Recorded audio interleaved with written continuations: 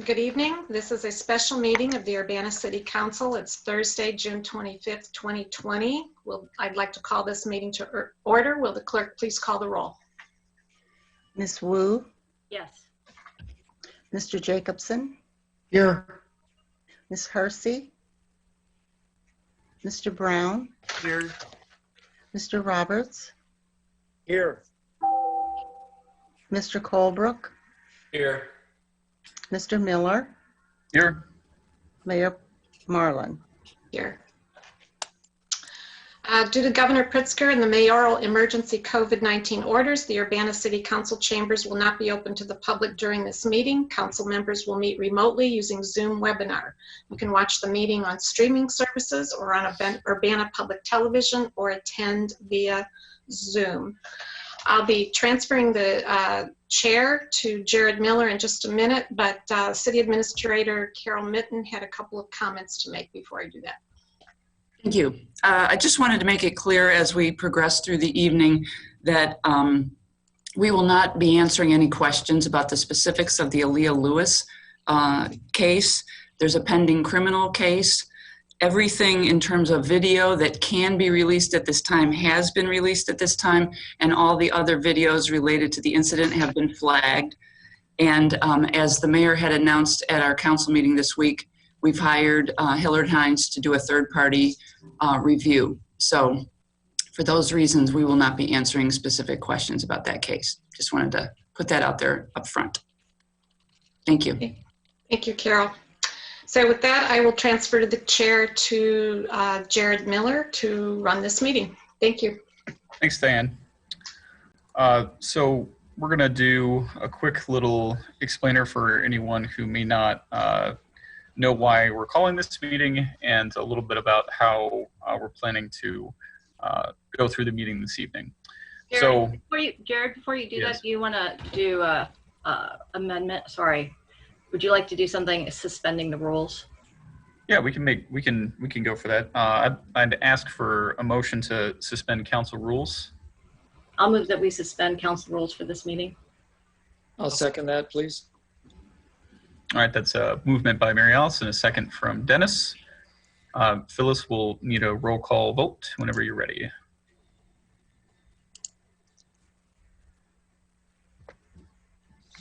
Ms. Wu? Yes. Mr. Jacobson? Yes. Mr. Brown? Yes. Mr. Roberts? Yes. Mr. Colebrook? Yes. Mr. Miller? Yes. That motion passes. So I guess I can start with that. The reason why we're suspending our rules is because general rules in City Council do not provide for much of a vehicle for conversation and dialogue with those who wish to probably hear what we have to say about things and talk to us about the things they're concerned about. So with the suspension of the rules, that'll allow us to have a little more free flow in our meeting. We'll be able to engage in some discussion. We won't open the floor necessarily for all folks. We'll recognize individuals. A lot of people have emailed ahead of time asking to be recognized, and we'll go through some of those as well. A lot of you have read what the plans are. We're going to have 3 discussion topics this evening. The first discussion topic is going to be surrounding addressing existing concerns with policing in Urbana. These things also include things like hiring an outside organization to conduct independent investigation of the arrest of Aaliyah Lewis, addressing calls for reform and redesign of the Civilian Police Review Board, answering community calls to redistribute funds from the UPD to other approaches for answering calls for service within the community, and I'm sure there will be others as well. We've left the topics pretty broad to cover all issues that could be concerning policing in Urbana. So that'll be discussion 1. We're in short calling that existing concerns. If you are called on to make comment, please know that there are 2 opportunities. So that's one of them.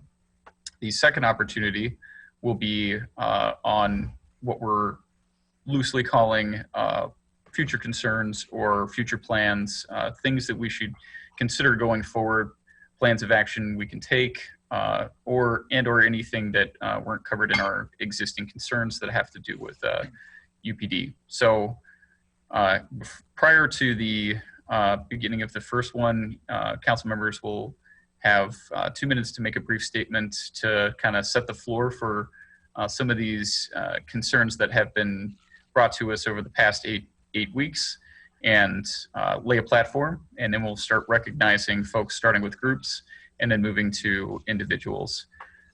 Before we move on to that, there's just one thing I was requested to do is because not everyone who is in the meeting on the panel side can be seen by our attendees. I was asked if we could let everyone know who's here. So you can see all of the council members here.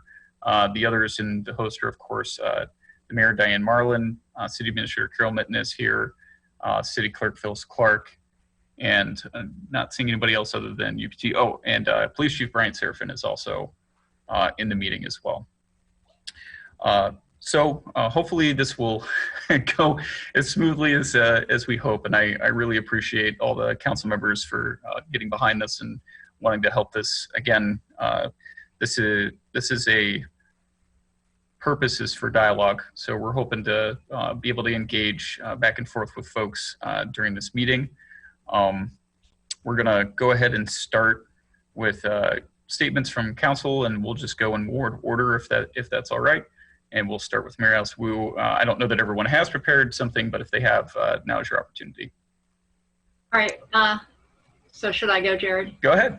All right, great. I first wanted to thank the public, all the public that have emailed us, who've come tonight, city staff who are here tonight, and council for coming together tonight. It's been a really busy week, and I just wanted to let people know that if you don't see some of the city council members here, it's because they were given late notice for the meeting, and so they were not able to rearrange their obligations. So along with tonight's agenda, Jared talked a little bit about how we wanted to cover things. We also have kind of a list of guidelines in terms of how we want that conversation to go.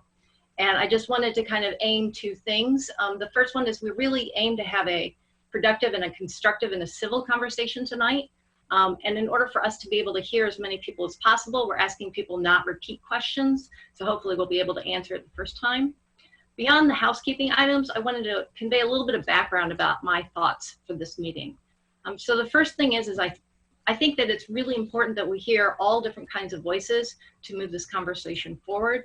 We need to learn both from the communities that are most affected, and we also need to learn from law enforcement to have real and lasting change. One of the items that really resonated with me in the past few weeks was the Community Coalition's discussion a few weeks ago. In that, Tracy Parsons spoke about a few items that the community should be working on. And he said, the most important thing at this time is for us to be listening to communities of color's experience. And the second thing was to talk and think about what privileges we personally have. So the second thing I want to do is to acknowledge that we ask law enforcement to do a lot in our community. And I appreciate that we've asked them to do a lot in a lot of different realms. I'm really encouraged by the mayor's announcement that we're going to have serious conversations on a one-door operation, so that's great. And I wanted to say that I think that by passing the NAACP 10 shared principles this last Monday gives us an opportunity to have a constructive conversation with multiple people on how we can move forward. Finally, with my last 18 seconds here, I want to thank Eric Jacobson for his 10 years of service to the community. You will be missed by me. Thanks. Thank you, Mary Alice. Eric, you're up next if you'd like to read something or put something forward. So the major point I want to make tonight is about restorative justice, which is one of the guiding principles of Black Lives Matter, as it happens. I'm fumbling, there we go. I'm fumbling a little bit because the clock covered up the text that I prepared. Anyway, we now function in a system of retributive justice. What's wrong? Who is wrong? How can they be punished? As opposed to a restorative justice framework, which is how can the damage best be repaired? Acknowledging that some damage is irreversible. And how can conflict be resolved and conflicted parties reconciled? I strongly believe we will never heal the wounds in our society except in a restorative justice framework. Retributive justice is a negative-sum game. Somebody is hurt, we assign blame and punish the blameworthy. So now two people are hurt. restorative justice is a positive sum game. In conflict between police and citizens in a restorative justice framework, the parties to the conflict would have a mediated dialogue. Other things could happen also, but there would be a mediated dialogue in which they would attempt to understand the motivations of the other people. A model for the restorative justice is the Truth and Reconciliation process that occurred after apartheid fell in South Africa. Every bit as difficult a situation as the racial situation in the United States. So I have asked the Civilian Police Review Board for cases that they hear to construct a restorative justice scenario and recommend it to the city to help reconcile the conflict in that case and to provide by case histories a way to move our entire justice system in a better direction. Thank you for listening and for the opportunity to have this incredible growth experience for a decade. Thanks, Eric. Sharice is not with us, so Bill Brown, you're up next. Okay. I didn't prepare a written statement. This was, I think, our fourth night of meetings this week, but I have a couple of notes I'd like to talk about. I think the main thing over the past 2 months, I guess, since the April 10th incident, the main thing that came across to me is the over-militarization of the police. I think just the image of multiple people with assault-style weapons behind their cars is not something that I think members of the Urbana community want from their police department. And I understand, the police concerns, and they probably have arguments about why those weapons are necessary. But I think we need to have a deep conversation about that and come to some kind of understanding. We need to have a conversation with the police, and because we are partners in this, they need to work with the community. We need to work with them. And if we can't come to some understanding, then they aren't going to have that partnership. And I think that can actually result in a more dangerous situation by not having the backing of the community than maybe the trade-off of not using those weapons as much. I mean, I knew they existed and I knew they had them. I didn't realize they had as easy access and used them as casually, I think, as that. So just quickly, I think the CPRB meeting last night, I watched most of. I thought they made really good progress, so we have taken some steps. I'm interested in seeing the third-party review to see how our response in that particular situation sort of stacks up to the norm. And I hope that if there's suggestions made, that our police department will be able to say, we could do better, we should have done better, and we're willing to work on that, because that's what we expect. The only other thing, I think we could add a civilian to the Internal Use of Force Review Board, and that could be done soon. We don't have to wait for that. And we need to add a strong de-escalation to our use of force policy. Okay. Thanks, Bill. Dennis? Yeah, thank you for the opportunity to address the community and to interact also with my fellow council members. We're obviously at a turning point. I think everybody feels the sense that that is true at this time. And it's a door for, I think, very constructive and significant change in how we look at interactions between the community and the services that the city provides to the community, including the police department and its activities, but also what the city can do to improve its ability to support individuals concerning mental health issues. And I'm very interested also in building methods for diverting people who are interacting with the police to avoid criminal court and be diverted to programs that will give them guidance and sustainability for their futures. So, what to do at the local county jail has been up in question for quite a long time. And I think not only is the idea of restorative justice that Eric Jacobson has talked about going to be important, but developing partnerships with the community of healthcare, nonprofit organizations, and the hospitals to offer these kinds of services is going to be important. I did also watch the CPRB meeting last night, and I saw that they were making serious new efforts to provide transparency and oversight into the experiences of African American individuals. And I think the main thing that can come from all of this is that we're going to have a police force that will be more highly trained and more adaptive and seek out programs that are going to be less militaristic or less force-oriented and more sustainable for humanity and interaction with people on the level of human kindness. That's probably just about, there's a lot more to say, but that's enough for right now. Okay, thanks, Dennis. Bill Colebrook, did you have anything you wanted to share? Yes, I do. Thank you, Jared. I want to thank my fellow council members for coming together tonight, and also want to thank the citizens of the community for attending tonight for this very critical discussion. I'm here to listen. I'm here to learn from the community what ideas they have for policing in Urbana. Some have called for radical change. Many, many more have remained silent or expressed their positions in a more private manner. I agree that nationwide law enforcement needs reform. Local law enforcement, including Urbana Police Department, is not Chicago, New York City, Atlanta, or Minneapolis. Urbana PD is a great agency, but it's an agency that I am certain is willing to take a hard inward look at itself. Citizens have called for an independent review of the incident that occurred on April 10th. Now we're going to have an independent review.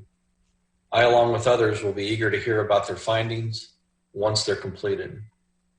Further conversations will be prompted once the findings are delivered. I too watched the CPRB meeting last night.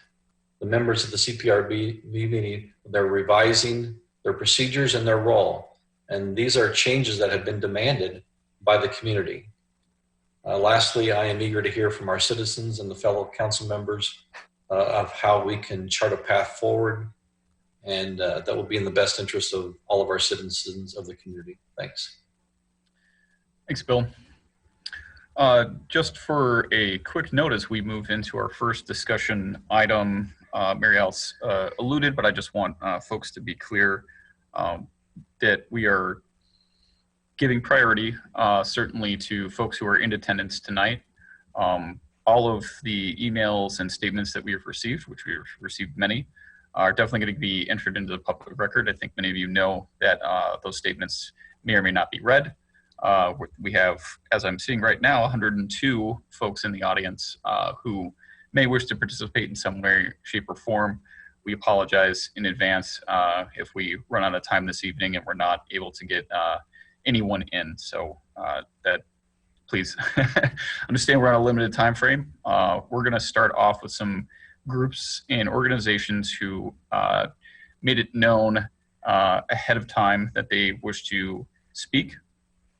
And before we get into those folks, just one more note that just popped into my head. So we're going to do this in a manner of conversation of, statement and response, or so on and so forth, question and response, something along those lines.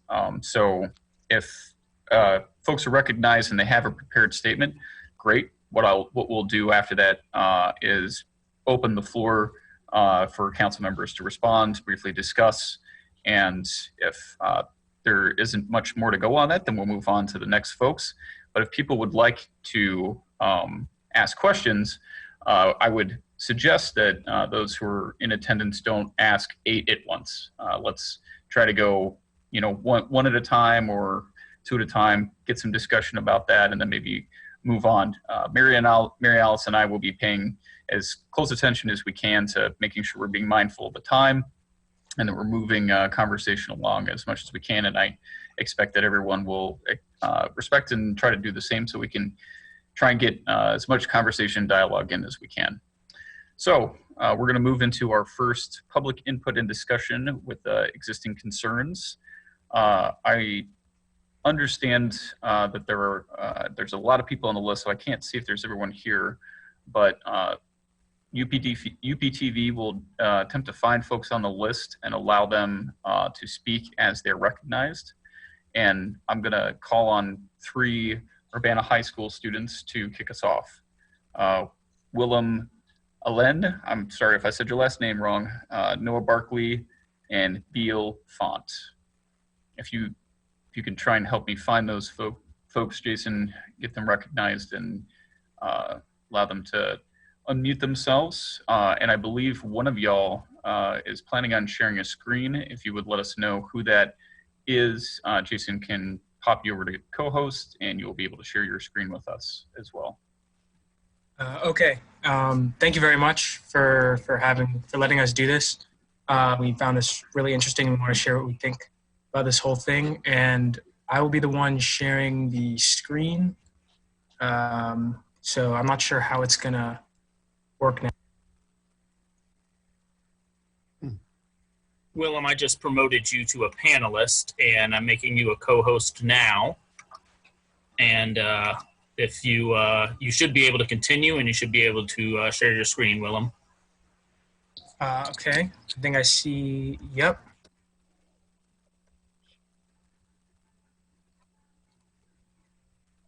Can everybody see what I'm sharing? Yep, Yes. we sure can. All right. Let's see if I can move you guys out of the way. Okay. So I would like to thank the council for letting us have this time slot. My name is Biel Fan. I'm from Ward 1, and I'll give my the talking spot to Noah for this particular slide. All right, so police brutality is a major issue in the U.S. currently, and we definitely, I think, in Urbana need to do our part to stop it. And although there haven't been many cases of police brutality in Urbana, with the exception of the Aaliyah Lewis case, I believe that we should take measures to make sure that that number is 0 from here moving on. The Urbana budget also gives a huge portion to the police each year. And in the upcoming year, 2020 to 2021, of the $34.3 million that the Urbana General Fund is, the Urbana Police Department will receive 32.7% of that, or $11.2 million, which is an increase of 2.5% from last year. At the same time, 31.9% of Urbana's population lives below the poverty line, and only 5.2% of the general operating fund is supposed to go towards community development in the upcoming fiscal year. We think that a lot more of that budget should go towards community development in order to help those in need in our communities and, just promote community development, I guess. That's all for my slide. Okay, so now I'm going to go into some specific policies and actions that we could definitely do as a community, and also for you guys as a council. I think there should be a resolution, a very specific resolution for policy of 0 tolerance. There should be no tolerance on police brutality and the usage of excessive force, fireable offenses or prosecution, depending on the case. And the other thing that I've been listening to with the community is the issue of police to police. I think the Citizens Review Board is a very nice thing. It's a very progressive thing that has a lot of good possibilities coming out of that. But I think it should represent completely that it should represent the racial demographics and all of our neighborhoods from Urbana, and we should most importantly, have the input from the African American and Latino community. I know Mary Alice was talking about this because they're the ones that are most affected by this. We are three privileged people of West Urbana, so we usually don't see, criminal activity, poverty, and this kind of thing. So, we shouldn't be leading this discussion. And also be much more actively democratic. We could have some referendums to talk about possibilities of percentages of cuts, transparency, and always constant community input. I think this Zoom conversation is a very nice way to do this. So next.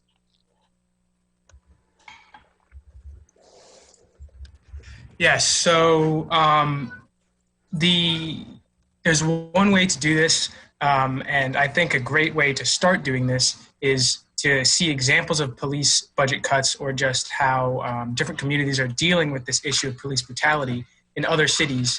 And so as a person of color and the descendant of a slave, I think that as our society is built on the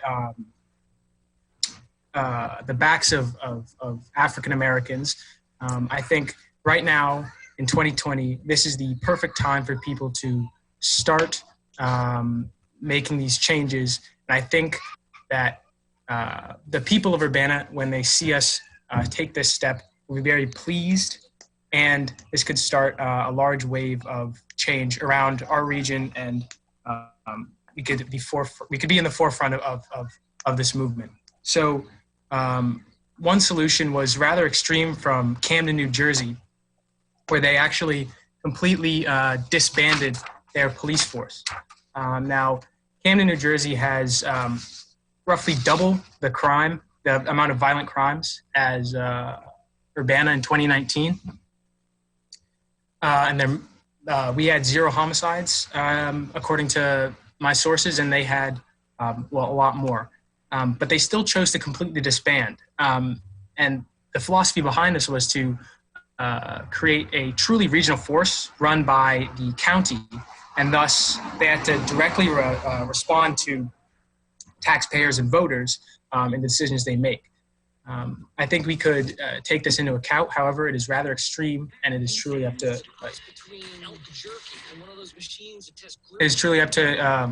you to decide where we go with this. Another thing people do in around 48 states and 2,000 communities is something called Coffee with a Cop.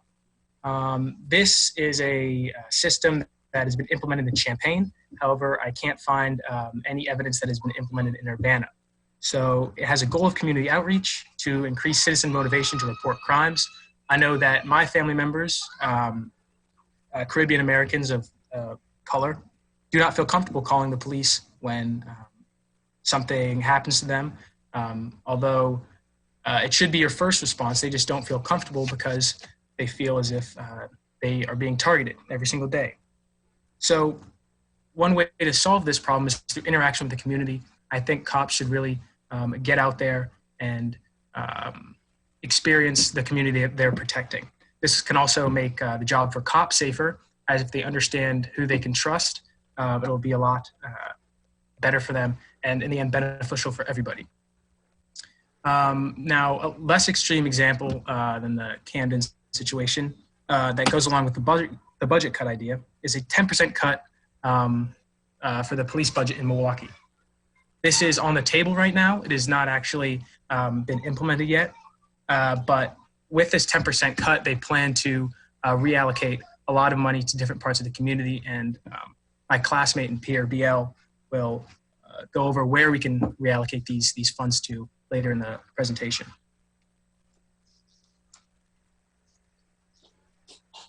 So the budget cut. So we've thought that, criminal investigation and violent crimes would be too controversial to cut for the budget. So we were looking specifically for the $7.5 million budget for police patrol. The reduction of police involvement should specifically be involved in the nonviolent crimes, which are 90.9% of Urbana's crimes. was the info radar demographic. But ultimately, that percentage should be decided amongst residents and councilmen. The 10% is a very, I know you guys had a 1% cut this past week, I think, of about $100,000. I think that's a step in the right direction, once again, but personally is not enough. So with that money, we could, as we have all been talking about and we have seen in the media, about the reallocation of this budget into hiring social workers, psychologists, paramedics. I know Bill Brown, the ward, I think it's Ward 4 representative, was talking about, police reduction in mental health situations. There was this specific act, the Dallas Right Care Act, in which for mental health issues and situations, there will be a paramedic and a psychologist or a social worker alongside a cop, to interact with that person and definitely de-escalate the situation and have the right professional care. So that funding can also be going to public education and community programs. I know there's a couple of Chicago youth summer programs that have cut crime significantly. So there's something else that we could do. And then I think there should be more requirements to becoming a police officer. I was looking at the Urbana, they're joining the Urbana Police Department. And, there was some specific wording of like being objectively or or righteously. I think there should be more specificity in that, maybe a class on like social interaction and community outreach. I know there's some classes on procedural justice, bias-free policing, ban profiling based on economic or racial characteristics, demand de-escalation, a class on sexual misconduct. So these are all possible ways that we can reallocate that cut from that 7.5 million that would be decided in the percentage amongst residents and councilmen.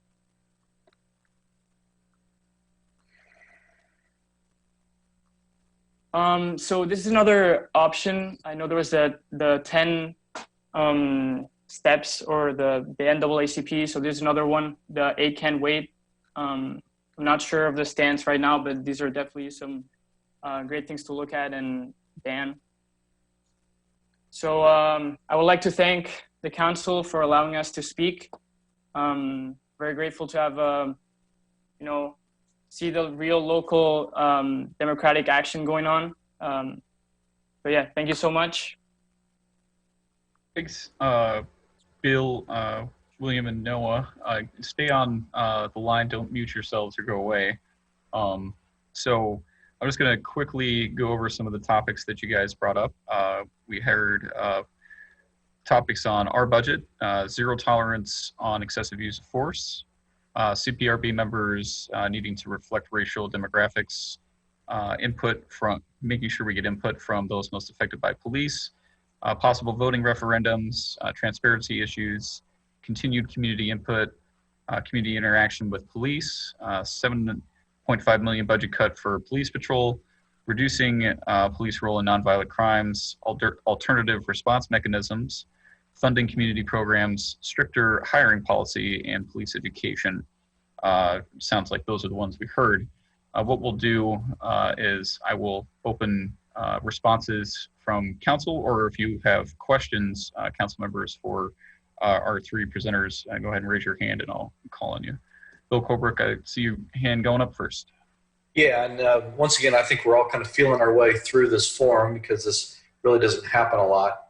And I just wanted to kind of ask the question as far as when there's obvious inaccuracies in somebody's presentation, and maybe it's not intended, but are we allowed to then just kind of correct the record just so we can have a discussion going forward? If you feel like there was a mistake, sure.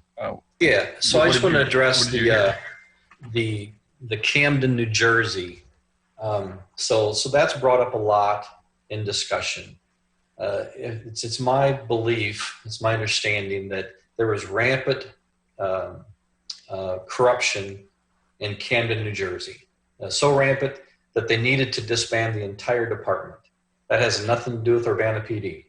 But they just didn't disband the department and leave the city of Camden without police coverage. What they did is they reorganized an accounting department, which still gave Camden, New Jersey police protection.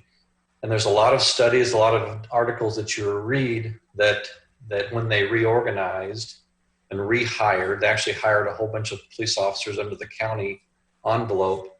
The city of Camden actually had more police officers under the county model than it did under the city model. So I just want to caution everybody whenever people talk about, oh, well, this city, defunded, they abolished their police department. I don't know of one city in the nation that has any size at all that has zero police department. That's a needed thing in society, and I just want to caution everybody going forward on talking about complete abolitionist of a police department, because that just doesn't happen in bigger cities. Thanks, Bill. I'll give a chance for Noah, Beal, or Willem to respond if you guys have any comments back to council, and then we'll move to other comments. Okay, yeah, thank you. So when I was researching that issue, I actually did see that, and I realized they actually hired back most of the police officers that were temporarily laid off. And so I completely understand you can't leave a city without police force. That just doesn't happen. However, the main point I was trying to point out there was they shifted it to a system where the police officers can be held accountable directly by the citizens of Camden, New Jersey, through a democracy. So that was the main point I was trying to make there. I'm sorry if I made that unclear. Thanks, Willem. Mary Alice, you're up next. I just want to recognize that Sharice did join the meeting for the record. Oh, thank you. I first want to say I'm really impressed with this presentation, with these people pulling together all this stuff. It's a lot of work, and I really appreciate you coming tonight. This is part of what I was hoping to hear tonight, was a lot of different ideas on how we can work together to find solutions. I will say that I agree with a lot, and I disagree with some, but I just wanted to thank you basically for coming and being so well prepared. That's just it. All right, thanks, Mary Alice. If any council members want to touch on those topics briefly before we move on to the next group. Eric, I saw your hand, and then Sharice. So I just want to clarify what we did, what our council did with respect to the police budget, because I don't think this was so clear in the news accounts. We didn't just cut the budget. We moved that amount that we cut into a dedicated line to planning money for what the mayor has called One Door, a separate place, separate from the jail, where people who encounter the police, who can't stay where they are, but they shouldn't go to jail because the problem is either substance abuse or mental illness, or they're victims of domestic violence.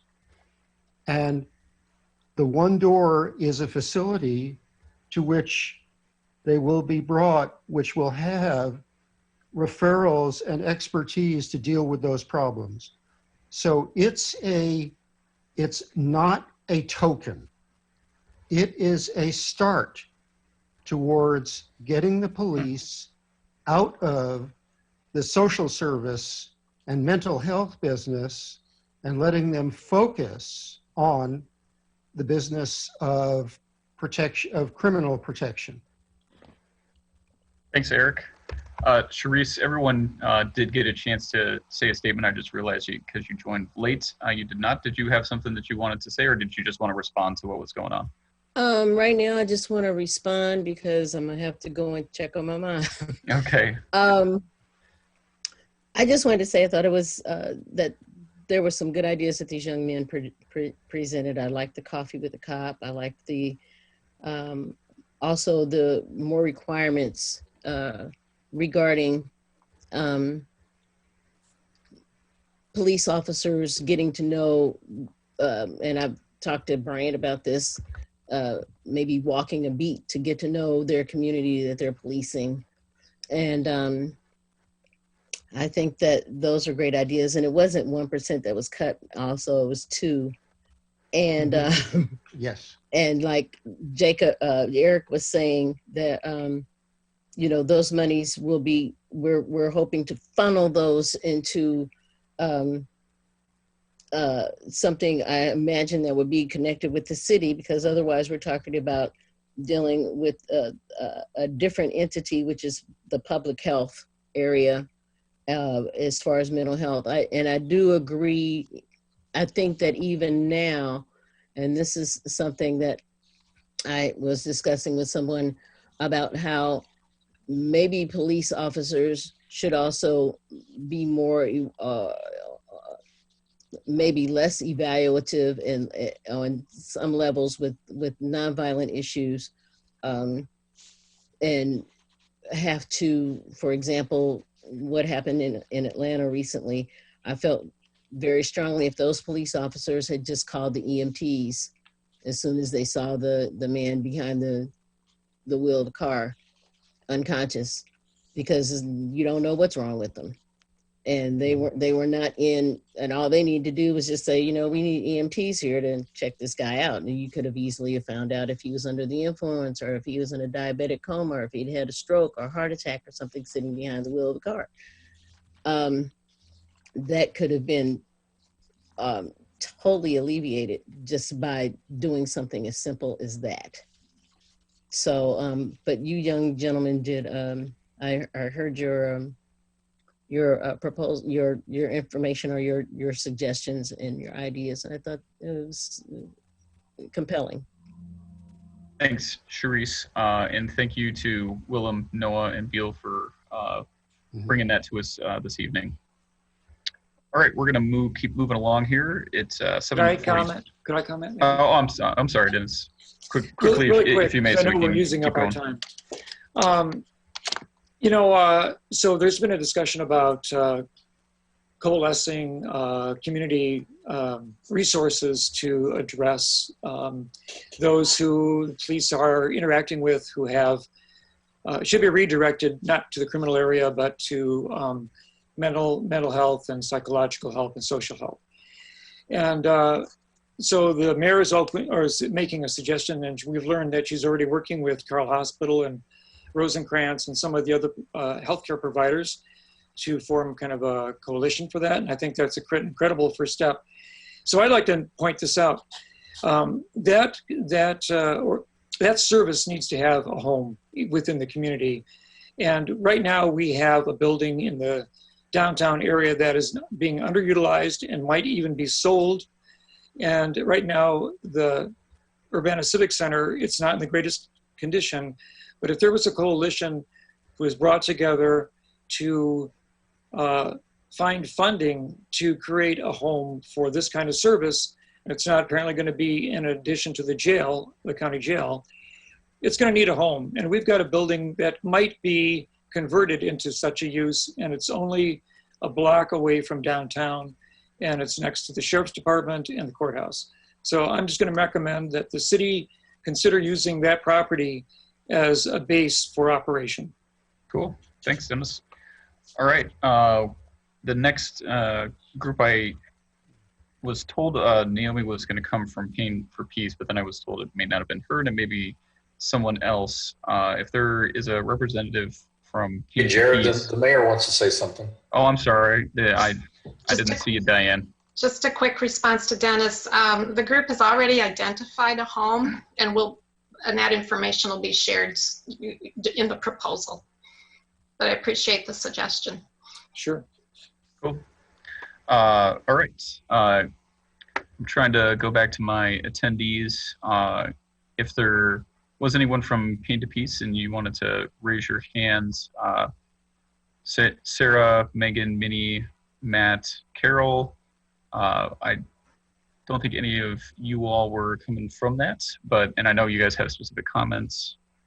If somebody does come on and knows that someone is here, just raise your hand and let us know. We'll next move to the GEO, the Graduate Employees Organization. If we have a representative from there, I wasn't told who might be showing up to talk from them, but if someone's here and they would like to read the statement. Let's see. I got Aiden, whose hand just went up. Aiden, I unmuted you, or let us know if you're from GEO and you're wishing to speak. Hi, thank you. Can you hear me? Yes. Yes, I am from the Graduate Employee Organization at UIUC. Okay. Great. All right. Floor is yours. We at GEO believe that the purpose of a labor union is not only to achieve fair wages and working conditions for our members, but also to build a better world for all. This historical moment requires us as graduate workers to speak truth to power and stand in solidarity with the people of Urbana. We are not interested in a community role in policing. We are not interested in discussions about changing police culture, training techniques, or policy. We are interested in abolishing policing and building new systems that actually support people's safety, health, and well-being. We are interested in eliminating the chances that police will brutalize, incarcerate, or kill someone. We are interested in addressing the underlying problems of poverty and racism in our community, which policing does absolutely nothing to solve. Mayor Marlin has said that the budget will be revisited in September. In the meantime, how will the City Council respond immediately to the call to defund, reduce, and ultimately abolish the police?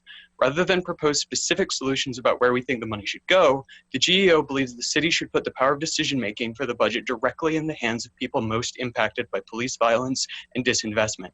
To achieve this goal, we propose the following. At the public hearing on Monday, former City Council member Danielle Chenoweth proposed converting the recently passed budget into a quarterly model and instituting an ongoing participatory budgeting process in which residents might brainstorm ideas, propose projects that speak to local needs, and then vote on project funding collectively. These projects must not be made from the top down, but decided directly and democratically by the communities most impacted by policing. Such projects could be the neighborhood people's assemblies mentioned in the Champaign County Anti-Racist Coalition's demands, or emergency care response teams suggested by Ms. Chenoweth. Community members have also proposed initiatives for housing, education, healthcare, childcare, non-coercive mental health services, ending the criminalization of unmet mental health needs and drug use, and other services that support public health and safety. Whatever form they take, they should not be tied to policing in any way. For these changes to be effective, we must decouple the concept of policing from our ideas of safety, and in doing so, transform our understanding of what public safety means. City Council must use public resources to provide tools and support for all community members to participate in budget discussion. At the same time, City Council cannot burden the community with responsibility for the institutions that exacerbate racism, sexism, homophobia, transphobia, and lack of access to resources. Among other things, this means not working with ICE or other militarized agencies. Communities need spaces and resources to try new things, like community-based education efforts or affordable housing. They need reprieve from punishing expectations for productivity and wealth generation, to have the time and energy to talk about solutions and put work into community activities. They need City Council support and accountability, and the City Council and all city offices and departments should actively recruit and create conditions which are supportive for Black, Indigenous, and other employees of color, especially those who are LGBTQ+ and or disabled. The composition of the City Council is not reflective of Urbana, which reproduces racial inequality and oppression. Finally, we must recognize that no one aspect of society exists in isolation, but that all systems and infrastructures are interconnected. Any approach taken by City Council must commit to defunding and ultimately abolishing the police, continuing to provide support and space for local communities to decide how they want to help move Urbana toward genuine community repair and accountability. There is no one-size-fits-all approach. All structures of governance must reject all logics of surveillance, punishment, and incarceration. Thank you. Thanks, Michelle. Just for council to note, we are 50 minutes in, and that was our second piece of public input. So if you comments or questions, let's try and keep them as brief as possible so we can get as many folks in. Council, anyone have a response or a question they wanted to ask Michelle? I'm sorry, Aiden. I'm sorry, somebody else's name. Not seeing any hands. Any general comments on any of the issues that was brought up? Okay. All right. We thank you, Aiden, for speaking and bringing those issues to us. All right. Eldris, Melinda Carr, Reverend Dr. Underwood in attendance. I received a question they wanted to speak on behalf of the Ministerial Alliance. Go ahead and raise your hands if y'all are in here, or Jason, you can hunt them down. See, we found Dr. Underwood. Yeah. Dr. Underwood, are you there?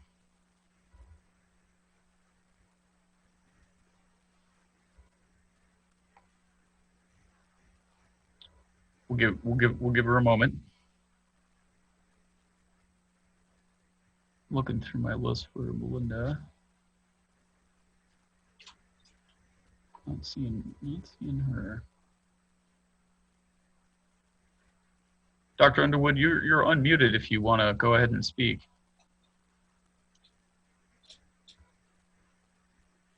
So you're raising her hand, so I think she hears us.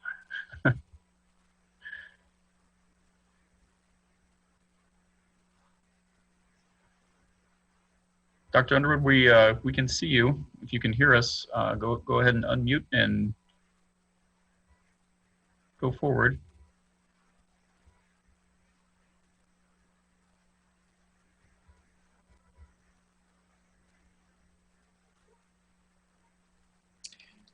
No, doesn't look. Okay. All right. We'll keep trying. We'll come back again. The next folks in, unless there was, I'm not sure if we got somebody from Peace here yet, but I'm going to go ahead and go to Stop Police Violence CU with Bijal Patel. If you were in the audience, go ahead and raise your hands, or Jason, if you see him, go ahead and get him ready to speak. Bijal, you have the floor. Yeah, hi, can you hear me? Yeah, we can hear you. Is there a chance that you could enable screen sharing so I could share a slide as well? Yeah, absolutely. Jason, can you pop him over to panelist?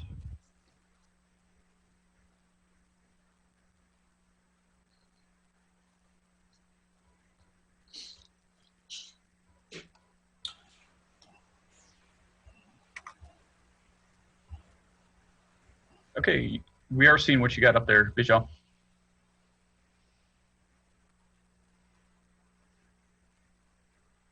I think you do need to unmute your microphone though, but we can see. Okay.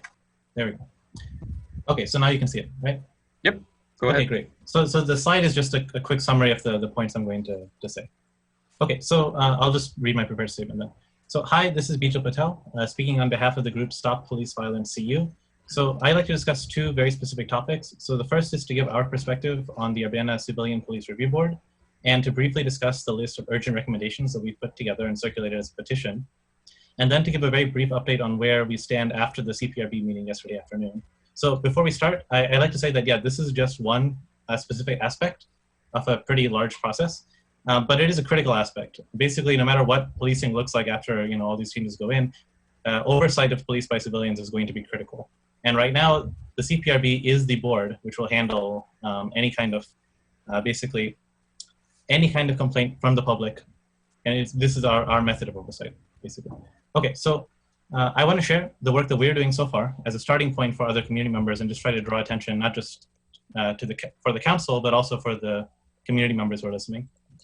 So as a quick introduction, so the City of Urbana has a Civilian Police Review Board, CPRB. It's basically a set of appointed members of the public who currently are intended to meet to review appeals of civilian complaints against the Urbana Police Department. So basically, if you believe you're victimized by the police, this is the body that's tasked with providing accountability. Since its creation since 2007, the CPRB in Urbana has largely failed in its mission to exercise oversight of Urbana PD and to provide meaningful accountability for citizens. So alarmingly, the board has largely failed even to meet on a regular schedule, and over the past few years, they've only issued responses to 4 complaints in their entire history. So in violation of their own ordinance, board members are untrained, have not delivered required public reports, and have largely simply existed to give a veneer of respectability to an unaccountable system. So we've put together a thorough list of recommendations which anybody can view and read. So I initially had written by contacting me, but now, from the slide, you can see this link. was a change.org petition. This isn't meant to incorporate everything. This is just what a few of us have put together as a sort of starting point. And we provided this to CPRB, and we're happy to hear that they're starting to look at this and using that in their own considerations. Obviously, they've suggested many of the same things that are on there, but it's a good place to get started. So what I want to really quickly address with the rest of my time is, so one key issue that we're trying to address with these recommendations is that it's nearly impossible to get a complaint in front of the CPRB in the first place at this time. There are lots of ridiculous administrative barriers, such as time limits on submitting forms, that city staff have used to simply delay submission of complaints or reject them outright before they're even seen by the board. So one key issue basically is that gatekeeping by the city staff defeats the entire purpose of the independence of the board. Secondly, the CPRB as currently formulated is largely powerless, even if they did follow their own ordinance. They're not able to subpoena officers for further discussion or conduct investigations of any kind, and they're even banned from knowing the officers' names in the complaints that are filed. They keep no public records, and they have not released statistics in any meaningful way in the past. So we urge members of the public and council to read the petition and communicate their support or concerns to the CPRB board. So now a quick point on the meeting from last night. So last night, the CPRB board members and city staff held a meeting to discuss future plans. So the agenda and the video are online, as always, but I wanted to mention just a few points. So at this stage, as one of the council members mentioned earlier, the CPRB is very focused on redefining its role and attempting to bring itself back into compliance with the ordinance. And so our group is 100% in support of that. There were two really worrying points of discussion, though, that showed up in yesterday's meeting. And so we're urging the city council to pay attention to these and get involved with them. The first is that there's a currently situation where no CPRB board members have received the training that the ordinance says that they're required to have before they participate in the board. Basically, this sounds like a kind of meaningless administrative thing, but the CPRB board itself has decided to hold off on taking any binding votes until they resolve the situation, which means at least 2 weeks before their next meeting. So I urge the city council to intervene and make sure this is resolved ASAP. Until this happens, the CPRB can't really do anything. And secondly, at last night's meeting, there was a worrying suggestion by city staff to implement a sorting process for complaints to the CPRB, where some fraction will be handled internally by city administration and Urbana PD. We're kind of shocked to see this because one of the main issues that's happening with the CPRB right now is that they don't get all the complaints. And the majority of the CPRB board expressed willingness to go along with this suggestion. So we're just urging council members and the public to make sure that it's clear to the CPRB that they will need to see all complaints and that they need to have decision-making power. So please pay attention to this going forward. Thanks. Thank you, Bijal. I do know that Mikhail is the CPRB chair, is in attendance, I believe. If he wanted to raise his hand, if you had any comments, I see he did. You should get unmuted here in a moment if Jason will click on you. And Mikhail, if you want to offer any comments, we'd appreciate them. Yeah, thank you, Jared. Can everybody hear me?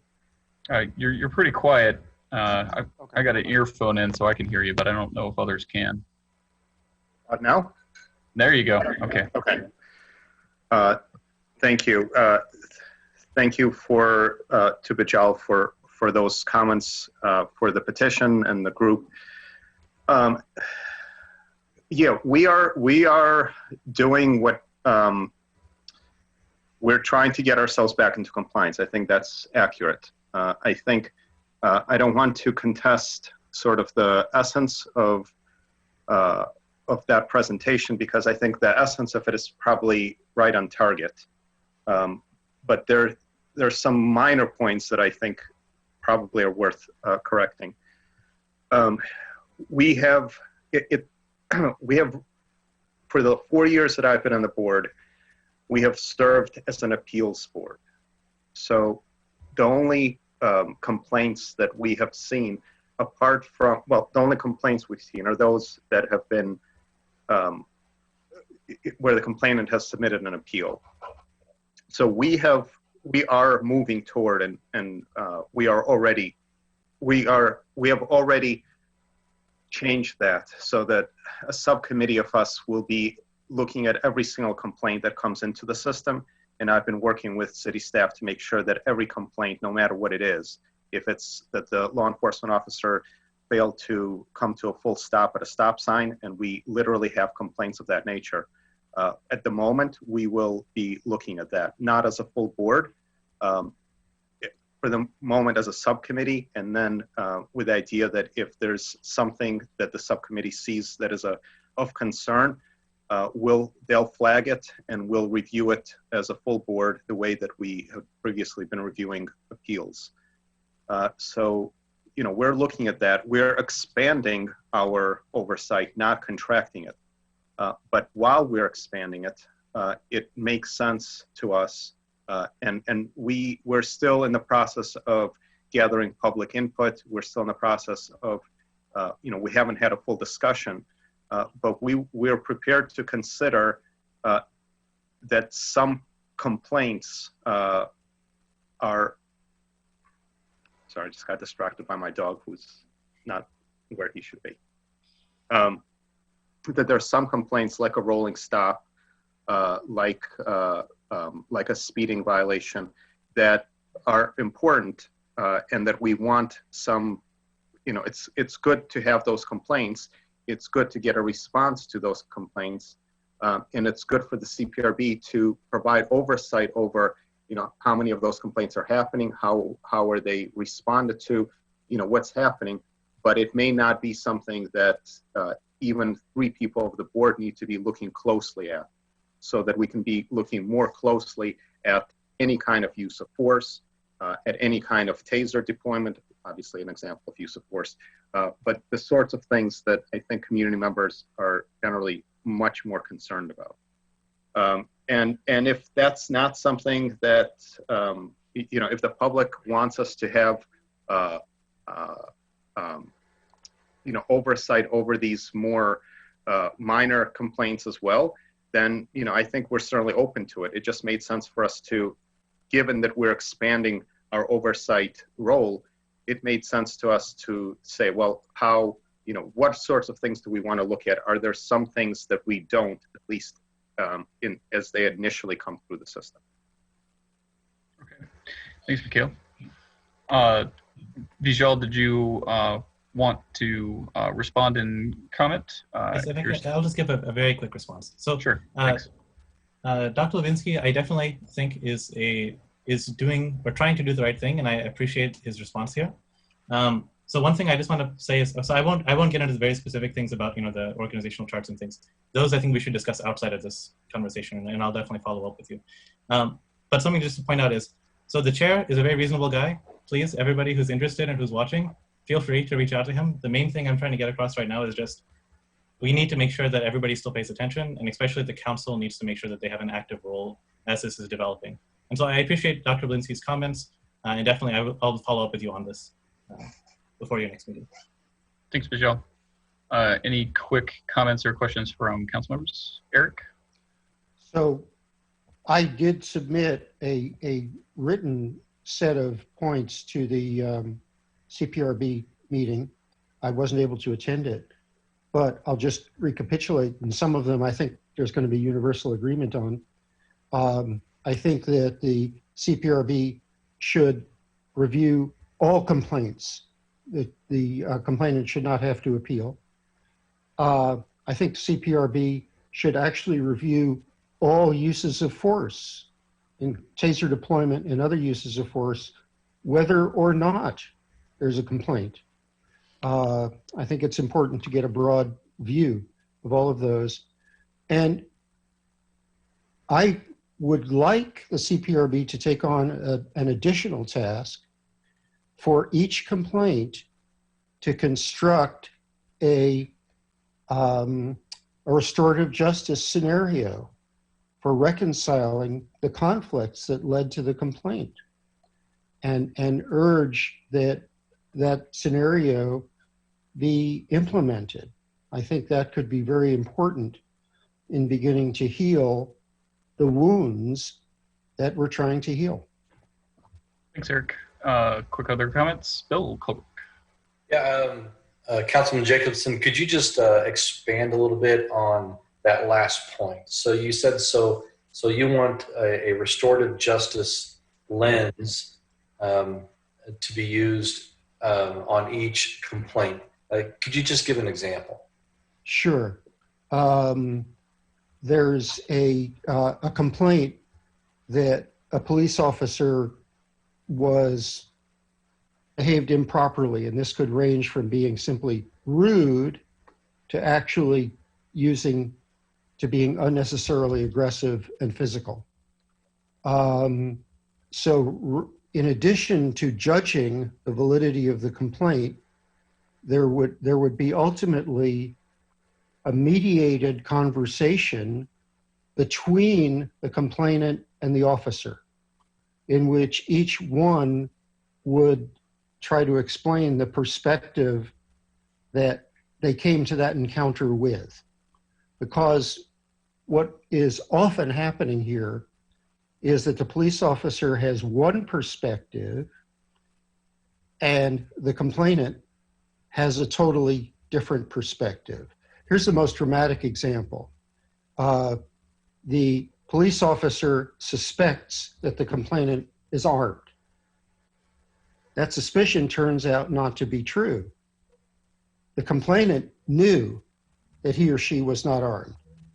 So we'll maybe believe that the police officer was just incredibly over-aggressive.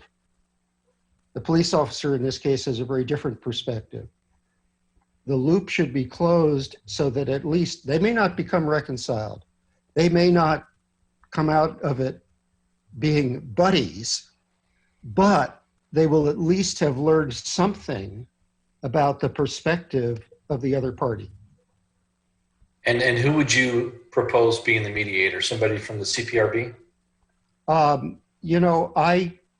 think there are people who are expert in this, far more expert than I am, in restorative justice as it's implemented. So I think that's a specific level.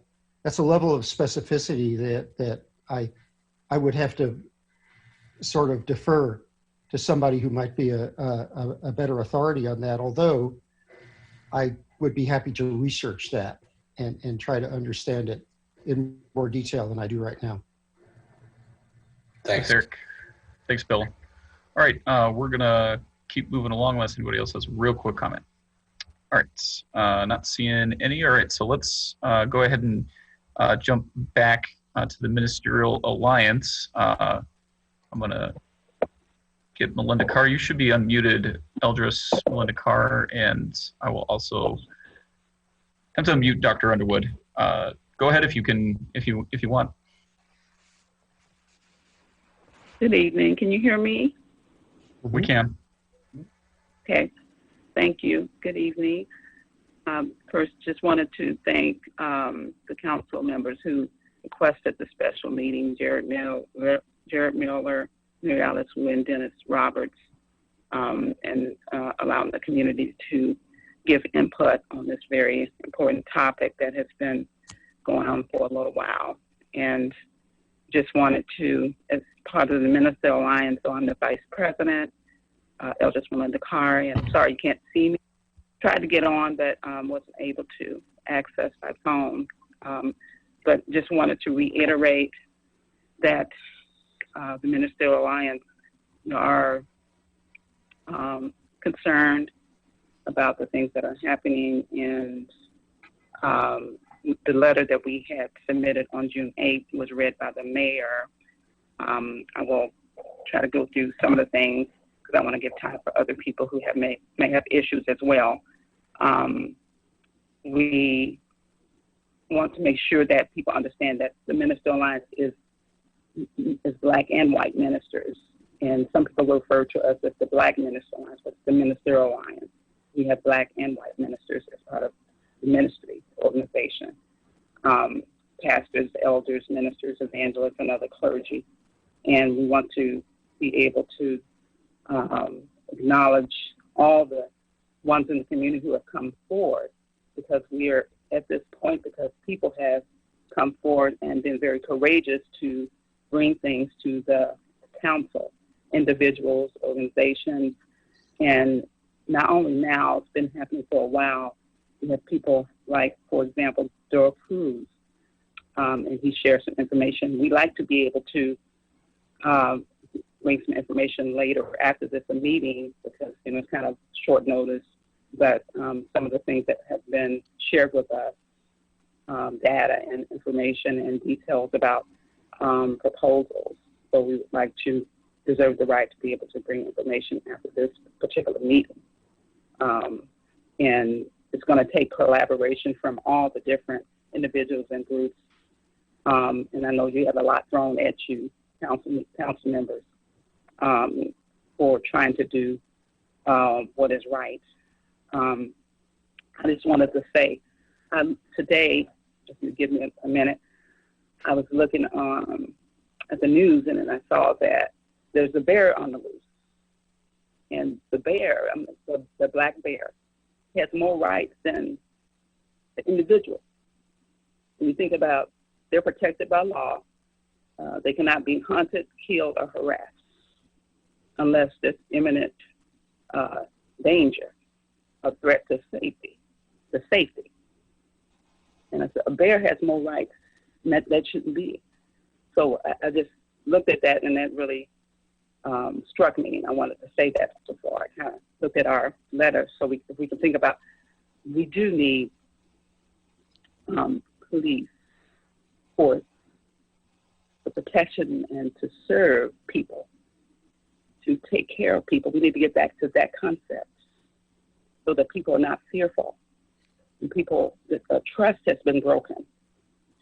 And that's what people feel. A trust has been broken in our community.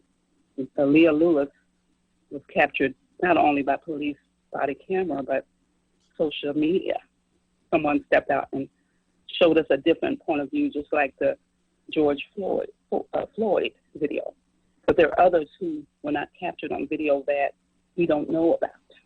So that's only because that's been brought forward. We don't know what else is out there. People who have been possibly brutalized. So I want to say that.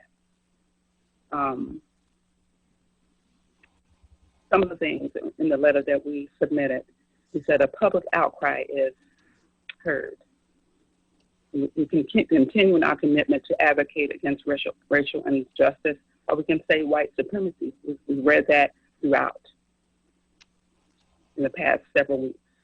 We again grieve over the loss of Black lives that matter, George Floyd in Minnesota, countless other Black lives, including Ahmaud Arbery, Breonna Taylor, Eric Gardner, and Michael Brown, have been lost due to excessive force or cruel and unusual punishment, leading to death caused by a police officer or by a citizen with racial prejudice. So we acknowledge the very courageous acts of local individuals of all races in Champaign-Urbana who have stepped up, served as watchdogs, providing videos to the public and speaking out during public input relating to the arrest of Aaliyah Lewis on April 10th, and exposing critical areas of misconduct, violations, and lack of oversight within the city of Urbana, the police department, and the Civilian Police Review Board. In addition, we acknowledge and support recent efforts of the NAACP and other community organizations to hold the city of Urbana and Urbana Police Department accountable for the excessive use of force. Leading up to the arrest of Aaliyah Lewis on April 10th, the NAACP has called for an internal affairs investigation. We know that's in the works in this case, and it's holding the Urbana Police accountable. Now, the 10 shared principles were adopted, but we know there's more to be done. Besides those principles, there are things that need to be done to, of course, to build relationships and trust between the police and the Black community, but the policies have to be looked at. I was at the meeting, I heard the principles and what was talked about. The policies have to be looked at. There are changes that have to be looked at in a more detailed way, because the 10 principles will not take care of the issue of the oversight that needs to be done, the changes that need to be done individually in the department for the officers and how they respond to citizens in the community. So there's still work to be done. We appreciate the 10 principles, and we know there's other work that has to be done, because it's still at the preference of the police departments in the city still have to look at things and how they should be implemented. The community has not been silent on the issue of injustice. And I mentioned, which I did not have in the letter on June 8th, but there have been some updates that you've received from Darrell Cruz, some very detailed action items that should be considered when you have them before you. If you don't have them now, they've been shared with you, and we have seen those as well as part of the alliance, but we would like to have some time to look at them and review them, as well as other proposals that we have before us. In 2014, organizations publicly denounced the use of military-style assault rifles. And we see that was part of what was going on with Aaliyah Lewis. So that's not new. And we find ourselves facing those issues because they have not been dealt with. There's not been oversight. People feel like things have not been taken seriously. In 2015, we collaborated with the CU Citizens. Darrell Cruz was a part of that because that's the same report that he's dealing with now in 2020, 2019, the data. The Atlanta Traffic Stop Data Task Force, which was formed back at that time.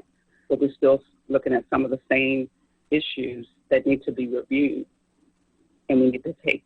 And that's why we're having this meeting, and I'm so grateful that we're doing this, putting in place safeguards to help stop the abuse, stop the harassment, the type of things that are happening to help citizens become more trusting to the relationship they have with the police, working with the police.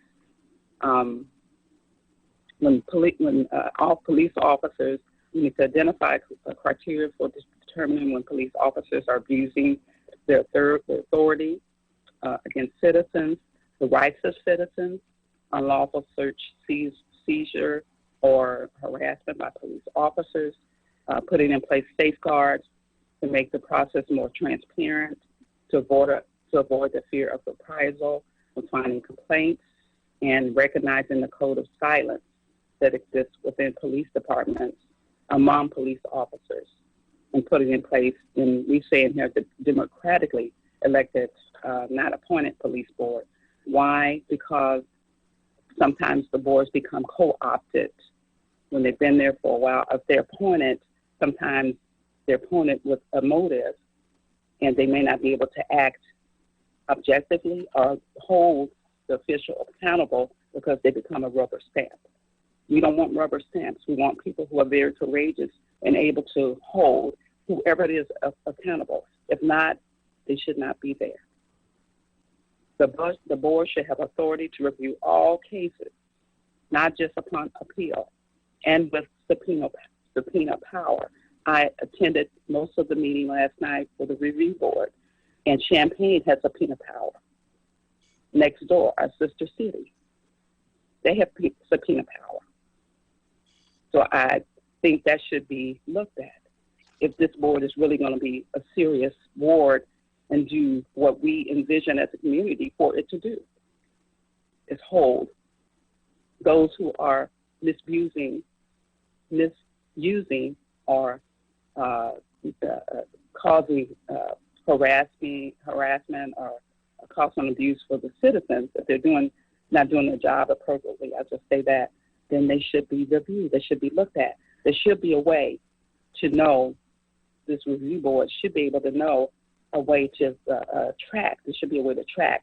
As I was listening at the meeting, there should be a way to track some kind of code to show if there's a pattern with the individual police, then something should be done.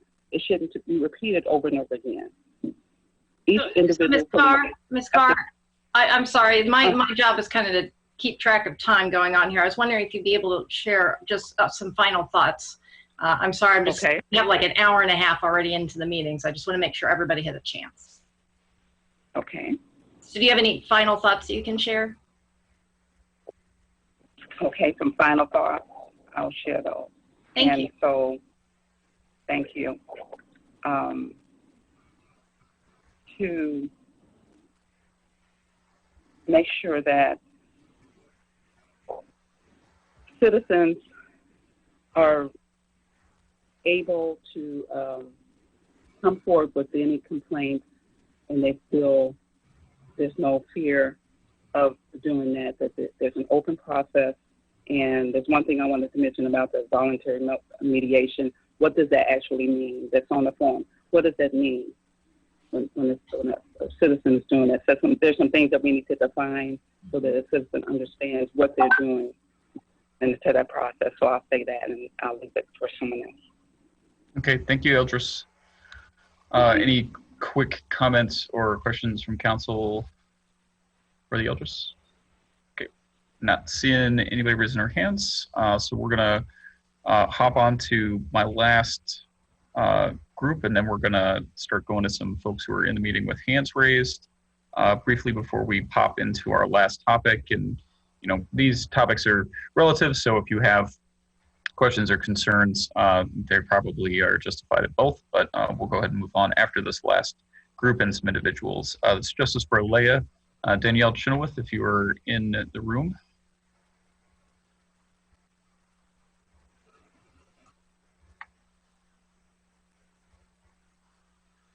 All right, you should be able to unmute.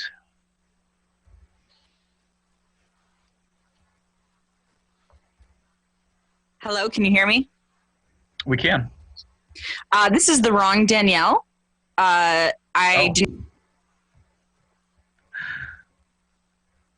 Sorry, other Danielle. I've got Danielle Chenoweth. I see your hand raised. All right, Danielle, you should be able to unmute. Yes, hello. Hi, Hello. Danielle. Sorry, other Danielle. No problem. Good evening. I represent a support and strategy group that formed after police brutalization of Miss Aaliyah Lewis on Friday, April 10th. We have operated under the banner Justice for Aaliyah. Ms. Lewis had her first court date this last Tuesday. Nearly 100 members of the public showed up early in the morning to support her and call for her charges to be dropped. They represent a fraction of the many hundreds of residents, professors, cooks, public officials, organizers, business people, service workers, students, and nonprofit leaders, all telling you, city leaders, and the state's attorney that police actions are not in line with our expectations, and you must withdraw city support for these charges. Unfortunately, we have had zero progress. Ms. Lewis, a 21-year-old Black woman just starting her adult life, was told she still faces all 4 felony counts and many years in prison, in excess of 10 years. Council did raise concerns, and the mayor and city staff did initiate an investigation and plan a forum about the NAACP shared principles. We want to raise our voice that we're very concerned about the limits of public participation and voice in this process. Public input has been curtailed at meetings. The hiring of the investigator did not go through a public process with a vote by council, where the documents would be posted online for the public to see and comment on. We were told the forum will be invitation only, which is unacceptable. The special meeting today is the first time we've had an open conversation. We want to thank Council Members Miller and Wu for organizing this. We demand the so-called public forum be truly public. The investigation and all its related documents should be made fully public. This is a key political moment where many people who have never spoken before public bodies are speaking up. It's very important that we listen. I appreciate Mayor Marlin's pledge and smile politely today to, quote, tackle disparities revealed in the traffic stop data by focusing squarely on the policies and practices that created them, and her apology for not focusing on traffic stops earlier. Thank you. We are glad the scope of the investigation is not limited to a review of the internal investigation only, but also police policies and practice. A look at the allegation that police asked the Facebook videographer to take down his video, and provides for community input through stakeholder interviews. We want to be clear that for the investigation to be considered valid, The investigators must meet with individuals and groups who have really been putting the work and sweat into police reform and oversight for many years.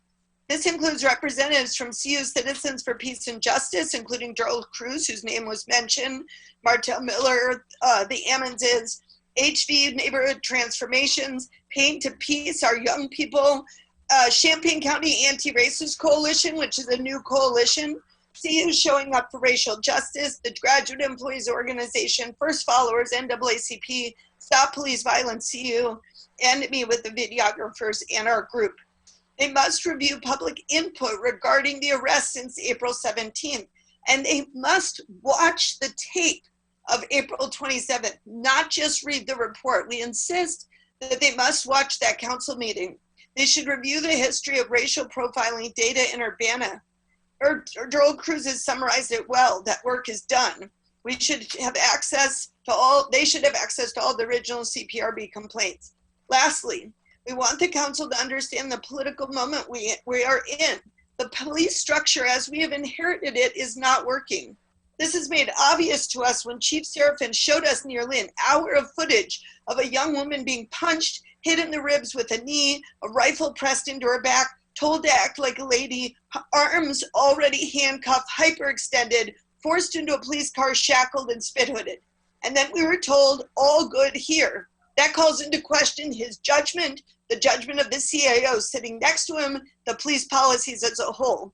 Aaliyah's statement is that she does not want this to happen to other people. Unless we interrupt this and forge a new path, it will happen again. I'm just going to end with a few questions because this is a forum in which we can ask those questions. What is your commitment to righting the wrong done to Aaliyah?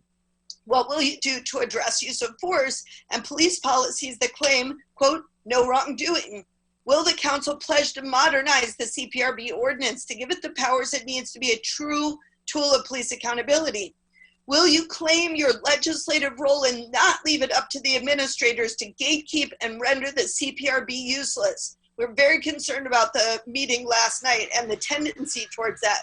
And lastly, what is your long-term plan to establish and fund a parallel structure outside of the police department and its FOP contracts to respond with supportive services to people in need? I want to thank you for your time and thank you so much for hosting this conversation.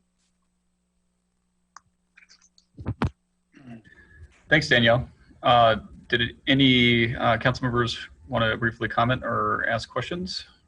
I'll briefly comment if that's okay. I was trying to write down quickly what Danielle was talking about. I think that I just want to say, and I'm not going to speak on behalf of all the council members, but purely just my summarization of all the conversations we've had during city council meetings. I feel that all of my colleagues are staunchly behind reforming and bringing up to date where the CPRB board needs to be. They've been doing a lot of work, and so I look forward to what that review board can come to us back and say, this is how we think it should be, so we can have a broader conversation. The second thing that I think we've all talked about is response, a different response group for different types of calls. And I think that the vote that we had on Tuesday night for the budget shows a little bit that we're willing to start looking at how are we going to fund that. We don't have the policy yet. We don't have the group formed yet, but a lot of those conversations are going.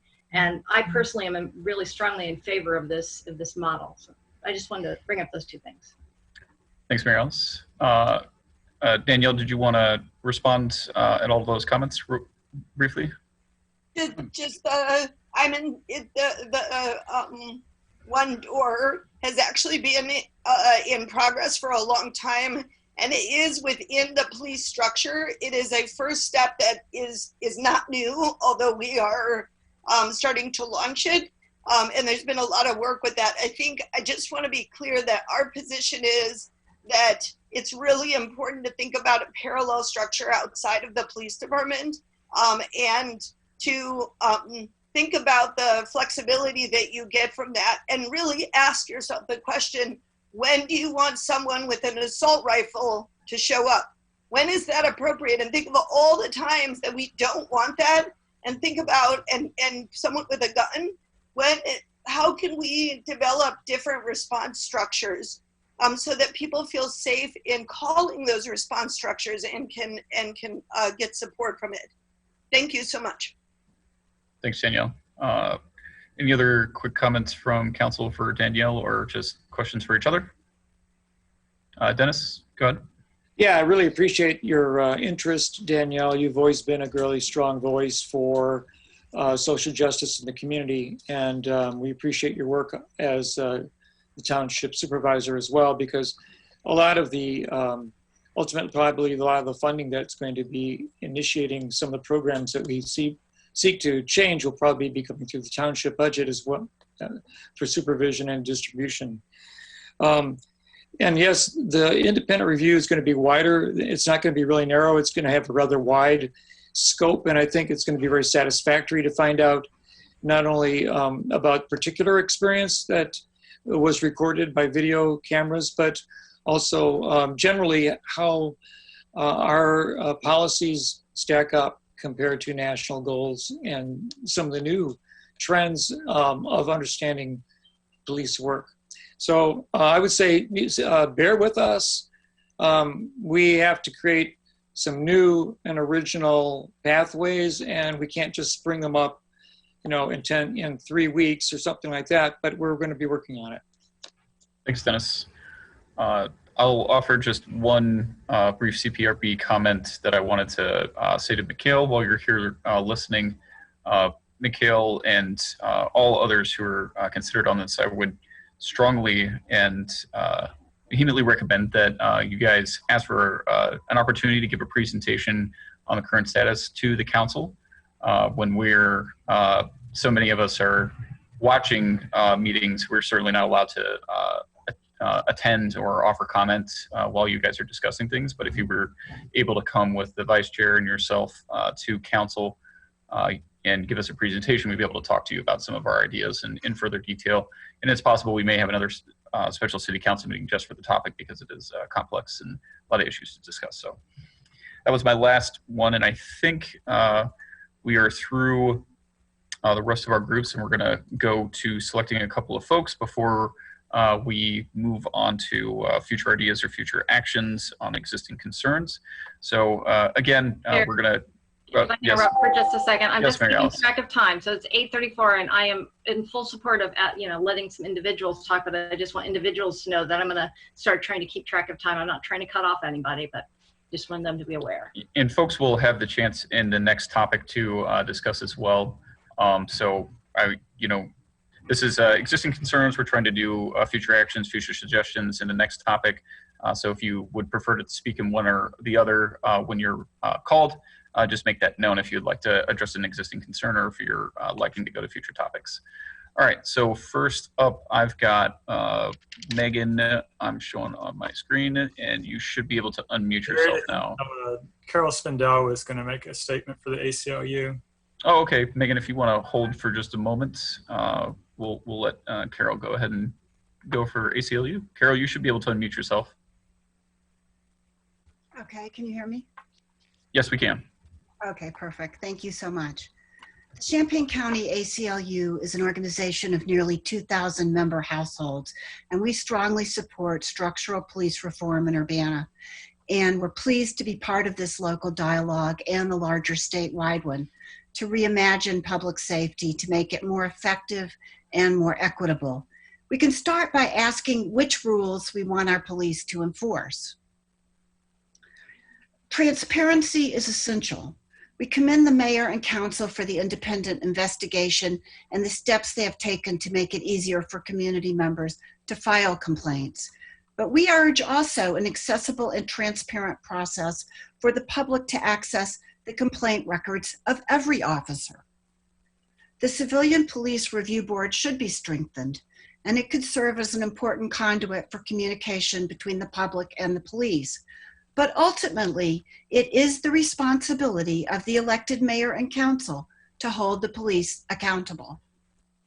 We stand solidly with the NAACP, and we commend the mayor, the council, and the chief for committing to the 10 Shared Principles Initiative. The department should regularly release information on how many officers have completed the program and any other de-escalation training. Beyond that, it is essential to revise the use of force policy so that it includes a step-by-step mandate for de-escalation. Disciplinary policies must also be revised so officers who do not follow the new policies face concrete consequences.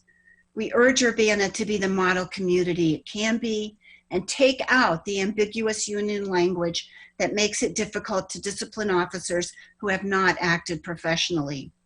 We also urge a policy for body and dash cam video release when force has been used.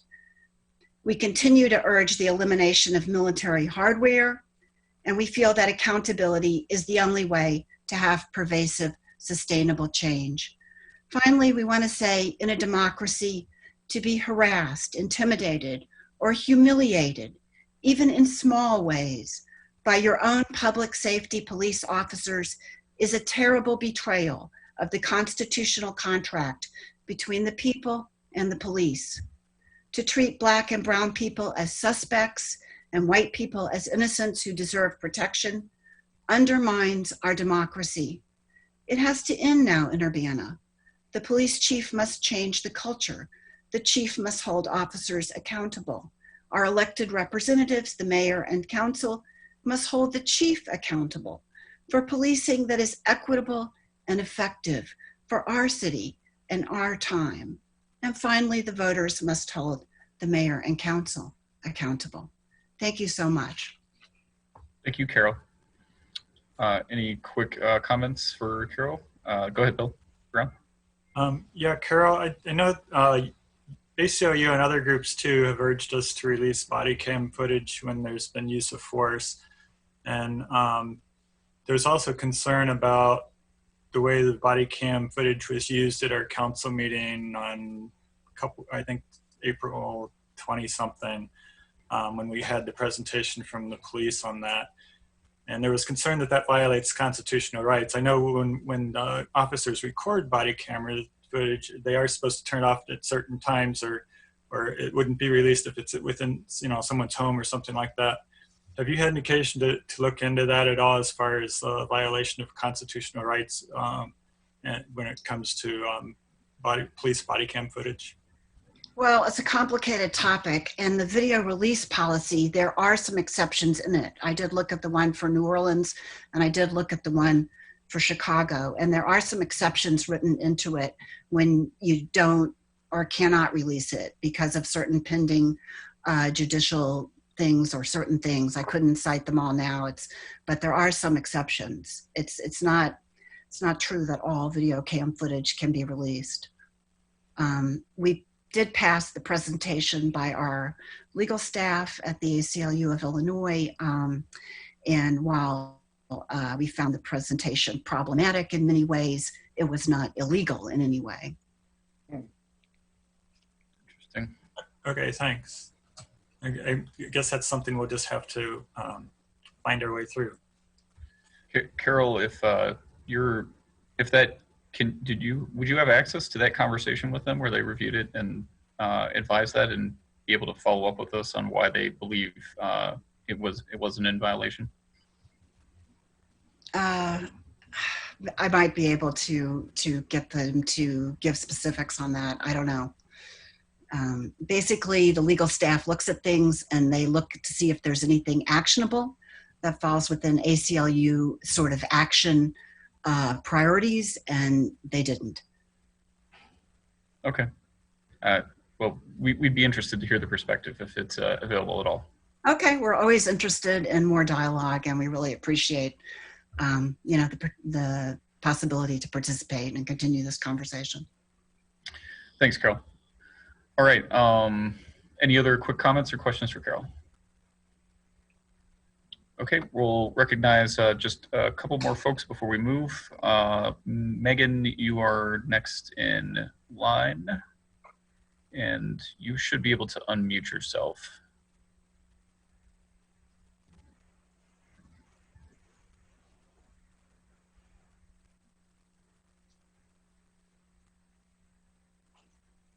Hey, can you hear me? Sorry, it took a second for it to pop up. You are good. Cool. All right. My name is Megan McDonald, and I'm from Ward 5. Before I ask what I'm about to ask, I would like to say that if you don't respond directly now, as is your chance, I will go on publicizing these troubling facts and pushing for your resignation or loss in any upcoming election that you may wish to win. I will show up to every city council meeting and speak. I will gather more and more people and make every meeting go until 11 p.m. and on. Protests will keep going, etc.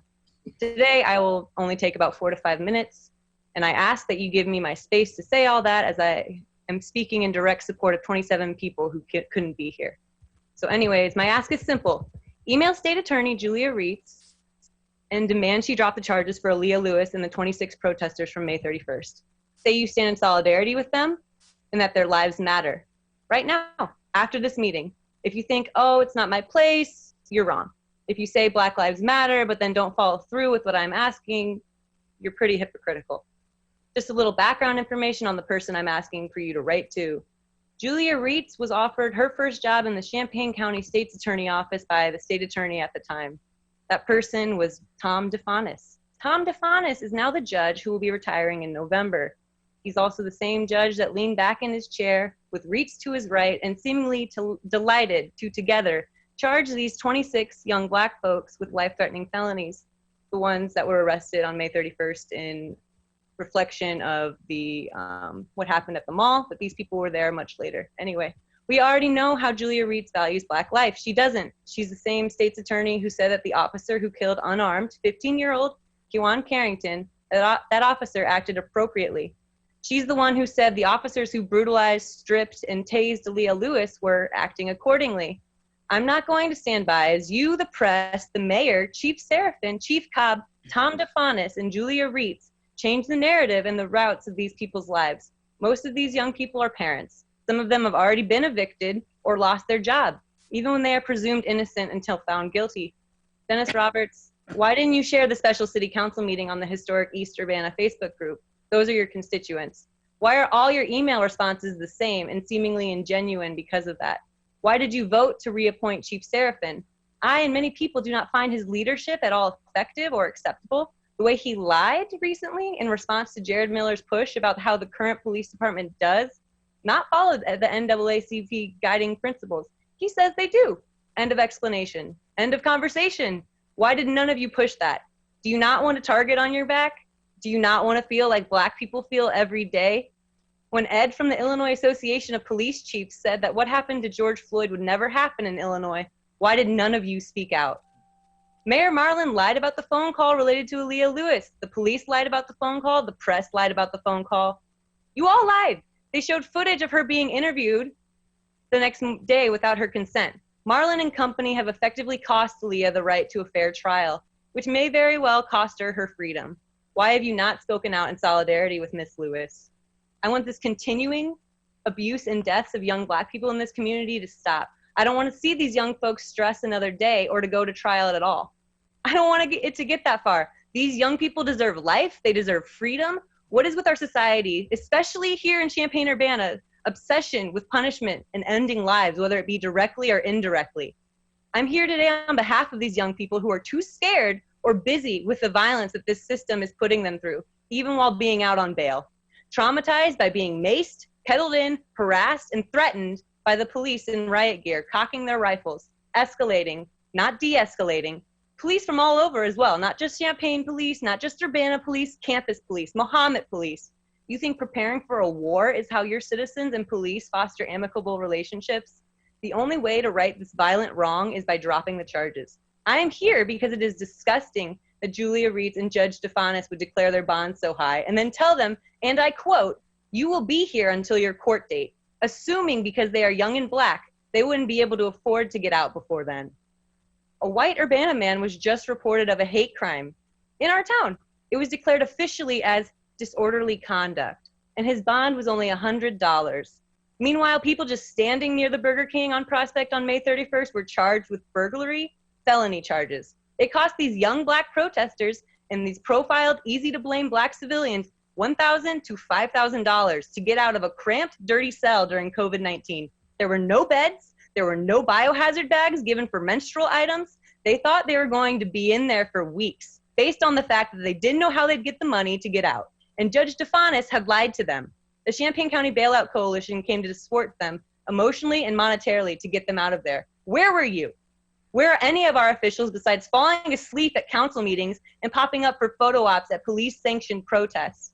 Why are you, time and time again, ignoring the fact that these people in charge above you in the hierarchy are connected and police advocates? Carol, what is, no, I'm going to finish. I'll talk in the next one.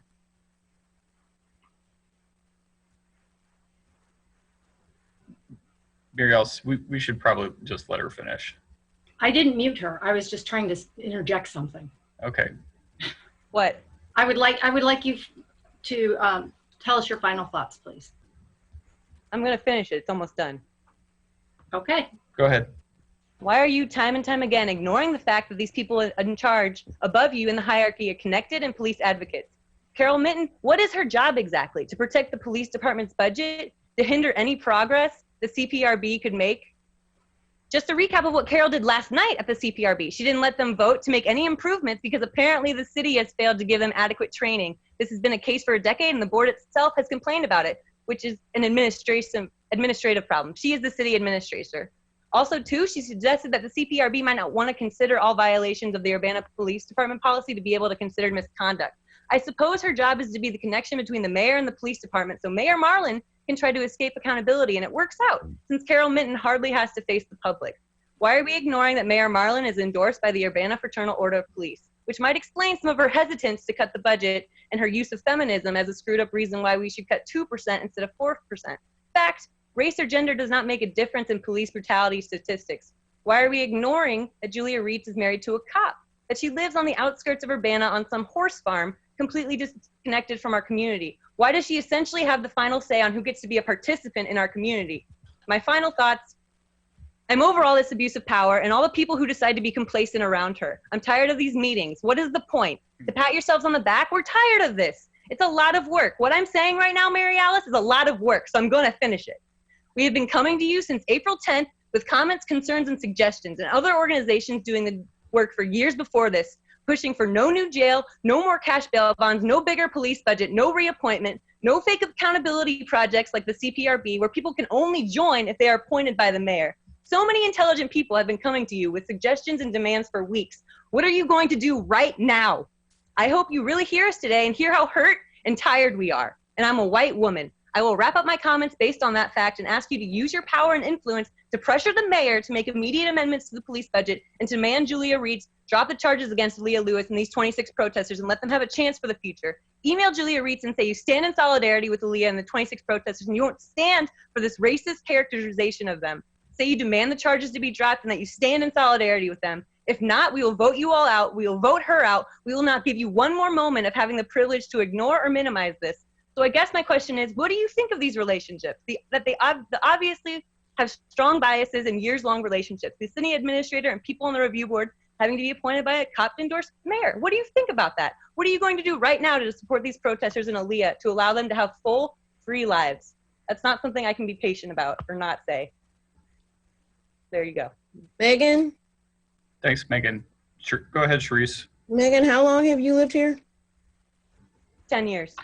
10 years. Okay, that's great. Megan, I can empathize with how you feel on some level. And being a white woman, you have all the freedom. Let freedom ring. That's wonderful. You've been able to do that for as long as you've been on this planet. But I don't know half of what you're talking about when you say that 27 young men and women were arrested for standing in front of Burger King. Could you please elaborate on that? I'm not sure how that relates to my race, but well, you just said it. It must have been. Yeah, it's because I'm a white woman and I'm tired, but I can't imagine the plight of the people that were standing there. There were 95% Black people. Well, I'm asking you because I wasn't there, and apparently you were. Yeah, I have very. Okay, so could you give me? Could you elaborate on that, please? Could you elaborate on it? Yeah, there were 27 people arrested on May 31st. One of them was ROR'd. They were held for 48 hours without bond. because the police shut down the courthouse at noon in fear of what the protest on that Monday was going to turn out. So they held them for 48 hours. There's no proof. Anyway, what are you asking? There were people that were arrested around 7:30, 8 p.m. And the press showed footage of people breaking into the mall and stealing stuff around 3 p.m. They didn't catch anybody that did it at 3 p.m. They arrested people in the aftermath to justify their militant presence. Oh, okay. No, I just wanted an understanding of, because that's not something that I had seen or heard. No, I didn't see the news with them on there. Yeah, because it was from 3 weeks ago, but the press very much did. And the press and everybody responded like, these are the bad protesters, these are the looters, and like that's what the narrative became. And they were all black? 95. There was 2 white men from Indiana that were arrested. One was ROR'd and one was charged with a $50,000 bond. Okay. And they were just standing, not doing anything? This is an ongoing court case as they are still charged, so I'm not going to speak about anything that could get them in trouble. But then how can I understand what you're talking about if you can't give me the information? Yes, what do you want exactly? You want me to tell you whether or not some people actually took stuff or actually didn't? Does that mean they deserve felony charges? I'm not saying that they necessarily, all I'm saying, well, did they? If they did they? That's up to body cam footage. That's up to their lawyers to find out. But from my firsthand accounts, which none of you have talked to these people, I have talked to these people. I am actually offering them support and empathy. And all I'm saying is that they were overcharged, wrongfully charged, and their lives are going to be irrevocably changed if Julia Reach and Tom DeFanis continue with these felony charges. There were judges in Cook County that gave political protesters theft as opposed to like people that were supposedly looting. They give them theft instead of burglary because they recognize the systemic racism that may lead to people being angry or to looting or stealing for resources that they may not have access to. So either way, I'm going to end that, but you can ask whatever more questions you want. I'm here on behalf of them. I've met a lot of them. I was there with the bailout coalition when they all were bailed out. It was a very life-changing experience, and I just want them to have a chance at having full lives because none of them deserve what is happening to them right now and what did happen to them. Okay, my other question is, and maybe you didn't see the Facebook advertisement about going to the mall and bringing your books and your backpacks. Right, I did see that. I also saw rumors of the Klan being in town that day. So I think a lot of people, even well-meaning white people that would show up to protests, usually there was so much misinformation going on that day that people didn't know whether to show up or not. And I think if a lot more white people had showed up that day, it wouldn't have turned out the way it did. And there's no proof of where that flyer came from. There's just a person they're trying to pin it on. So unless they can research where exactly that image was created, which I believe is a violation of privacy, which we can see how that court case turns out. But yeah, I don't. Well, it was a public sighting. That's why I'm saying it wasn't just. Charisse. But I just wanted to understand, Jared. I know. I get you. I just wanted to understand. Yeah, there's plenty of information to back up what I've said, and you can email me personally if you want to talk more. Okay, thank you. Thanks, Megan. Thanks, Charisse. We're going to go ahead and hop into our next topic, which was people's suggestions about things going forward and things we could do in the future that we haven't considered yet.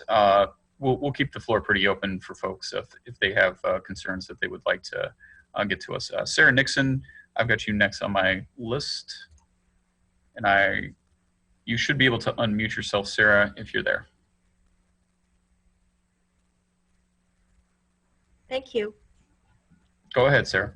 I commend the council members who organized this meeting and for inviting our public engagement. You guys are, again, doing the right thing. I just want to say 2 things. One, I have personal experience and I have data, analysis, and recommendations in collaboration with experts on the issue of family violence and gender bias at the Urbana Police Department. And Jared Miller invited me to give a presentation on this issue this evening or at a subsequent meeting.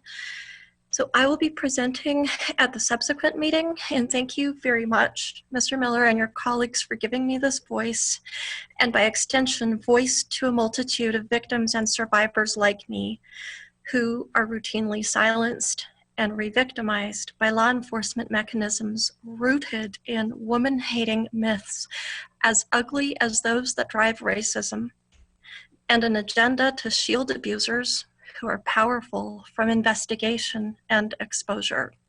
I personally have experienced this with the Urbana Police Department and with the University of Illinois Police Department and with the FBI. And I will never stop speaking up about this and exposing the truth and the failures. My goal is safety and accountability for the most vulnerable in our society. There are solutions, and the open door could be a threshold to solving problems. Courageous police department, internal cleanup, and education is also key. Now, my second point, and the most important thing I can say at this meeting tonight, is about Hilliard Heinz, the Chicago firm hired by the city to conduct the investigation of the police assault of Aaliyah Lewis. Of course, law enforcement involved in this misconduct are eagerly awaiting the Hilliard Heinz report. Members of the Urbana community have been looking into Hilliard Heinz's reputation and track record. The body of media coverage on Hilliard Heinz exposes the firm as anything but neutral and independent, exposes them as essentially a front for advancing fraternal order of police interests, not those of the victims of police misconduct. We are learning that senior staff at Hilliard Heinz are embroiled in accusations of high-level police misconduct cover-up. The firm is tight with police departments and with the union, but has no discernible respect from nor engagement with victim advocacy groups. An article by Tracy Siska, director of the Chicago Justice Project, says this, quote, "If you want a firm that has a history of leading by example, then I cannot imagine why anyone would pay Hilliard Heinz to consult on such issues, unless, of course, you are trying to find experts in burying complaints and ignoring communities." Council members, this is deeply disturbing and discouraging to those of us who hoped for transparency and fairness in this process, and who hoped for a firm that will not gloss over police misconduct. No meaningful consultation was conducted in choosing this firm in the first place. And so we ask that the city cancel this contract before the whitewash gets underway. And we ask that the selection process begin again and be carried out with transparency and integrity this time. In closing, I want to acknowledge the silent men and women who wear their blue uniform and badge faithfully and who are as disgusted as we are at misconduct, corruption, and at abusers who masquerade as cops while ensuring protection of fellow abusers. The profession of law enforcement attracts heroes, and it attracts also villains. I am with those who support the heroes so they can weed out the villains. For this undertaking, we must look unflinchingly too at the role played by the powerful police union. We know that they are there behind the scenes. It's time to shed light on that darkness. All right, thank you, Sarah. Any quick comments or questions for Sarah, or the point she brought up? Go ahead, Dennis. Well, okay, so this is kind of news to us. The city council was not really involved in the selection of the review commission or the reviewers. Seemingly they had a very high recommendation, and they offered a wide-ranging review program, but we're going to have to make some more we're going to have to look at this more carefully, I believe. And I understand that we have not yet signed a contract with them. Certainly it hasn't come before the city council, I don't think so. All right, we'll take notice of what you're saying, and if you can direct us to some of these this pieces of information about how the justice community or the NAACP or the ACLU have reviewed this organization. It'd be worth our knowing. Thank you. Thanks, Dennis. I was also, Dennis, going to bring that up as well, that I thought it was a little odd that the commission or whoever it was that was going to do the independent investigation was just told, we were told who it was. I mean, I know we were asked to provide questions and things that we would be concerned about. Right. And I'm sure that they tried to take those things into consideration, but I think it was probably something that was a little too important to not at least bring by council to let us know instead of just telling us who it was going to be. So I was surprised to hear that as well. Anyway, that's my comment. Any other council members, comments, questions? Okay. Thanks. Sarah, did you, go ahead, Sarah. Just really quickly, so in response, I'd be happy to send to you some, references, links, and I would encourage you to contact Mr. Tracy Siska, the director of the Chicago Justice Project, yourselves, and perhaps schedule a conversation with him. And but there is abundant information available that is critical of this firm, and that is very concerning. So as I said, I'd be happy to share references with you if you give me 24 hours. I've got a lot on my plate, but I will compile that and send that to you. And I would welcome information that contradicts these findings. Thank you. Thanks, Sarah. There was another Sarah who, I know we're going through the list of folks who had comments, but I did have one other request from somebody that I just saw raise their hands who had asked to speak earlier, and that is Sarah Hoag. If we could get her unmuted. Sorry, I'm sorry if I'm saying that wrong. Can you hear me? Yes, we can. Go ahead, Sarah. It's Hoag, but that's Hoag. Okay, sorry. That's fine. Thank you. So thanks again for putting on this meeting tonight. I am sorry for the confusion earlier, but so I'm with the Champaign-Urbana Showing Up for Racial Justice, and we were working with Pain for Peace. And I believe there was a misunderstanding, so Pain for Peace is out protesting right now, and so that's why no one showed up and raised their hand. So totally understandable. yes, they're doing other hard work elsewhere. It's great.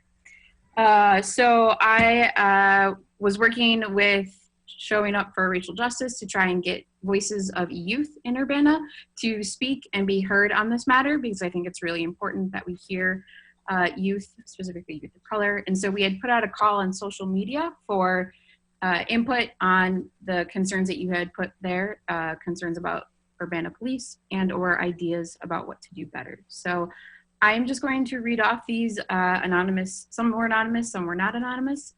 They're pretty much emails and or from Snapchat. And this is just a way for us to try to get the voices of people that weren't as comfortable coming to these things or maybe even had internet access to join a Zoom call like this. So bear with me. It's going to be a little kind of, I'm working with it. So you got it. Essentially, this is, I'm speaking, but these are voices of other people. So I'll start with the emails first. There's just 3 emails and then there's a couple Snapchats, so it should go quick. All right, first one. Hello, my name is Marshall Schreiner. I'm a resident of Urbana. My main concern with the Urbana police include their overfunding. 20% under budget is in previous fiscal year. Lack of independent oversight and unreasonableness in situations such as with Aaliyah Lewis. The Police Review Board completed reports in less than 10 cases over the last few years, and their inactivity has sowed distrust between the police administration and the community. I am concerned with the over-deployment of police in situations that do not warrant armed officers. In many situations, such as mental health crisis, non-threatening professionals with dedicated training are better equipped for producing safer, more effective outcomes. Thank you for your time and consideration. Marshall Schreiner. Next, I want to provide an idea to improve upon the lack of accountability and transparency in our police department regarding use of force. I want to see a team within the department that reviews the body cam footage of officers' reports for every encounter where an officer uses force. This team should determine if an officer broke any laws, and more importantly, should be allowed to comment on whether they believe the officer's actions should be allowed by the department in the future in order to help continually is all caps, help continually reform policing practices on an internal level. Additionally, at least 50% of this team should be made up of people of color to provide a wide range of cultural perspectives. Thank you for your time. And that was by Tim, who is from Champaign. Next. Greetings. I'm a 20-year-old Urbana resident, ready to express my concerns and ideas with regards to policing. Based on personal observations and experience with local social service agencies, I understand predominantly Black and brown communities are over-policed, over-patrolled, and unsurprisingly, under-resourced. With the consistent presence of law enforcement in Black spaces in schools, young people and children of color are subject to re-traumatizing reminders of police brutality and the false idea that they are inherently bad, violent, and untrustworthy. Instead of seldom effective reform, I urge city leadership to seriously consider alternatives to police as a means of ensuring accountability. Solutions that allow individuals to frequent areas they do not live in, employ excessive force, and operate on the basis of punitive measures are not trauma-informed and thus undesirable. For principles of safety, collaboration, trustworthiness, and empowerment to truly exist in communities, I suggest divestment in the police and thoughtful reconsideration of the proposed fiscal year 2021 Urbana Public Department budget, Urbana Police Department budget. Social organizations who are better equipped to engage, assess, and intervene in crisis situations must be prioritized and invested in, while police departments reassess and retract their role. Respectfully, Anonymous. And then lastly, were just a few Snapchat ones. As youth, they use many different means besides email. All right. I don't think we've ever had a Snapchat played during a city council meeting, so this will be a first for us. Awesome, great. So under the subject of what are you concerned about in the policing in Urbana, there's two comments. One is, I'm concerned that police and CU use excessive force and that they don't have enough accountability mechanisms. Police sent out 7 to 8 police cars yesterday during the protest over just one complaint from a woman in her car. And the next one is, to generalize, aggressive responses to non-threatening situations. So that is what they find concerning. And then an idea is which this one I will end with. I think the community should take funds from the police and put them into social workers, restorative justice programs, and better funding for public school systems. And then my own personal comments were emailed to y'all earlier. So Thanks, Sarah. thank you. Any quick questions or comments for Sarah from council? I'd like to say something. Go ahead, Sharice. Because I haven't really made a comment tonight. So this will kind of be a little bit to that. Sarah, I also worry about over-policing. I worry about under-policing as well. I worry about also not the public generally not being educated regarding on you know, and not knowing, not having information, maybe I should say, on a lot of things regarding the city, the runnings of the city, and in particularly how I guess what I really want is for everyone to consider the fact that you know, the policing countrywide, there is a culture that has been that manifested from slavery regarding how the police deal with people of color, more specifically Black people. Okay, but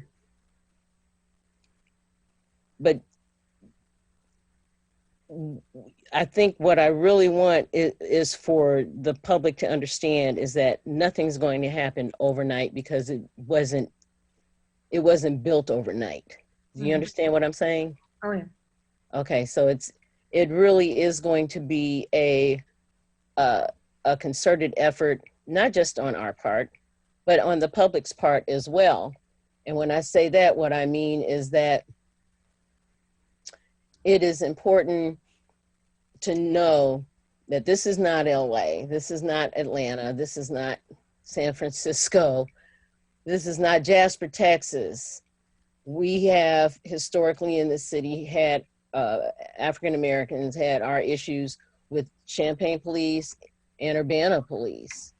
And there has been much progress done from the years of when I was a little girl up to now that I can think of. I lived in Los Angeles for several years. And one time in front of my apartment building, I saw a LAPD officer giving a ticket to a young neighbor of mine. And I asked her, don't you think you should let the girl know that she's getting a ticket? And she said, no, this is none of your business, stay out of it. And I said, okay. And then I walked up to the security box and I rang her number to let her know she was getting her car towed and she was getting a ticket, at which time that LAPD officer unsnapped her sidearm. And I turned to her and I said, really? You're gonna shoot me because I'm letting my neighbor know her car's getting towed? And she said, I told you not to do this. Now, I'm a strong believer in following directions. I am. And I thought that that was a little bit too much. But I think the idea of me, I didn't get nasty with her. I didn't call her names. I didn't fight with her.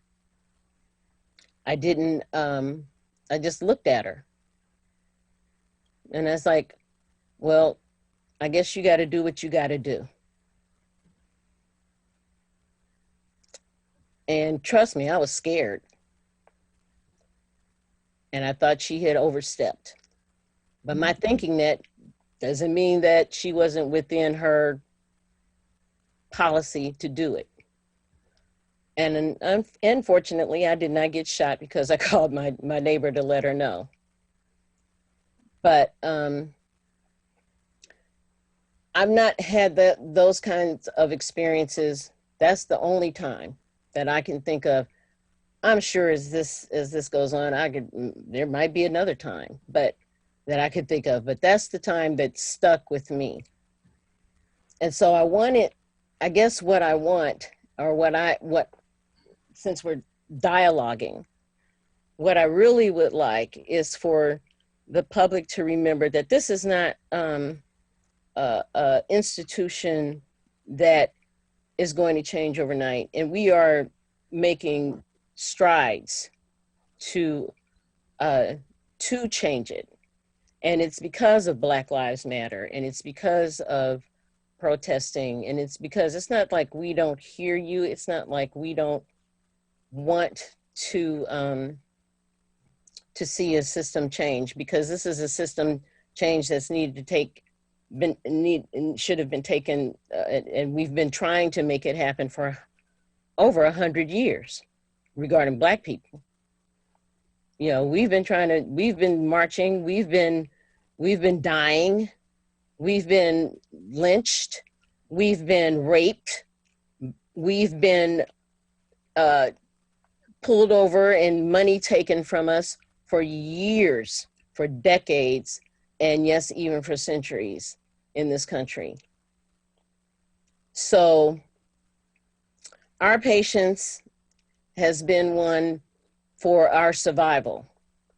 And all I'm asking for the public to understand is that because all of this is going down does not mean that law and order, as even as we know it now, is and as flawed as it may be, is not in place. And for the safety of many public members of the public, I would ask that when you have these situations, to be as cooperative and as civil, because that's what's saved us through the years. And sometimes when we are cooperative and civil, we still die. And you don't need to look any further than George Floyd to see that. You don't need to look any further than, Trayvon Martin or any other young man or woman, Sandra Bland, that have lost their lives for this struggle. And I don't want to demean or belittle their sacrifice because a group cannot be patient enough. I want safety above all. Do you understand? Mm-hmm. So thank you for everything that you said. Thank you for your thoughts and experience. Thanks, Sharice. Thanks, Sarah. I'm going to take one quick moment here to ask Council. I know we've had a lot of late meetings as of late, and we still see a lot of hands up and folks who want to get in. And I know we wanted to try and have at least a small discussion ourselves at the end of this meeting. So I'm just trying to get a consensus since we've waived our rules and we don't really need to vote on it. Would folks be all right with us taking public input until 10 o'clock and then having a brief discussion at 10 on what we may want to do next? Anybody thoughts on that? I'm fine. Sharice is fine. People have asked to have interaction with us. We've had long meetings already, but I'm willing to go farther. If this is going to be a fruitful interaction with the community, that's fine with me. Okay, thanks, Dennis. Allow it to be. I do have a question. I haven't been very good about keeping time. And so in order to facilitate as many people, do we want to put like a cap of 5 minutes? What are people's thoughts on that? I would say yes. We've had some very long-winded conversations. If we want to share the microphone with the community in a larger way, we have to ask for some forbearance and make your comments succinct and to the point. Yeah, if folks have long statements that they had emailed to us or anything along those lines, I mean, they're going to get into public input. So just remember that. And as folks are called, if you just want to direct an action suggestion to us or a comment, please do so we can try to get as many of you guys in as possible in the next 40 minutes that we have. Eric, Bill, and Bill, you guys support extending for a little bit past 10? Yes, let's do public until 10 and then discuss among ourselves. Thank you. Okay, thanks everyone. All right, I did have another person whose hand was raised who did request prior to the meeting to speak, and that's Amina Payne. Can somebody get her on the loud to talk? Amina, you should be live. Thank you. Can you all hear me okay? Yes. Yeah. Thanks so much, everyone. My name is Amina Payne, and I'm a 2007 Urbana High School graduate turned tertiary educator. Now, I'll keep my comments very succinct. I won't take up much time so others can get in as well. Now, I work within the vocational and higher education disciplines of business and education, and I'm dialing in from Melbourne, Australia today. I've also discussed with you on the 9th of June, and I'm looking to harness your support for the removal of police within Urbana schools.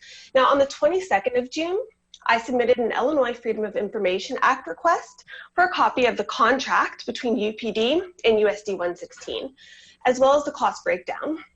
I was provided with both in a limited capacity. I've since requested a review by public access counselor, but I'm aware that even pre-COVID, their turnaround times were nearly 12 months. But for the sake of time, I just want to highlight a couple of costs that myself and the wider community find concerning. I do want to also let you know that I have support of Champaign-Urbana official support of this request from Champaign-Urbana candidates from County Board District 8, which is Emily Rodriguez. She's also the administrator of CU Indivisible.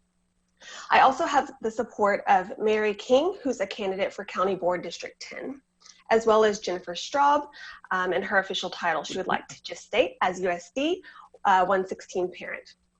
Now, USD 116 is not only paying for the annual salaries of the 2 officers, which is $131,000 per officer, and the benefits, that's included with the benefits, but is paying annually for uniforms and guns, which was a one-time cost of $7,000 and a yearly cost of $2,000 per officer.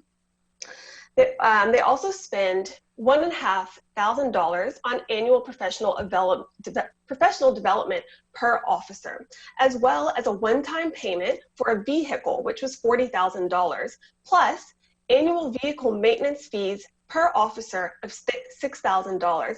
I have sent through those costs to you as well for you to confirm, but Police Chief Bryant Serafin could probably also confirm this. But again, this was given to me as per the Freedom of Illinois Information Act request.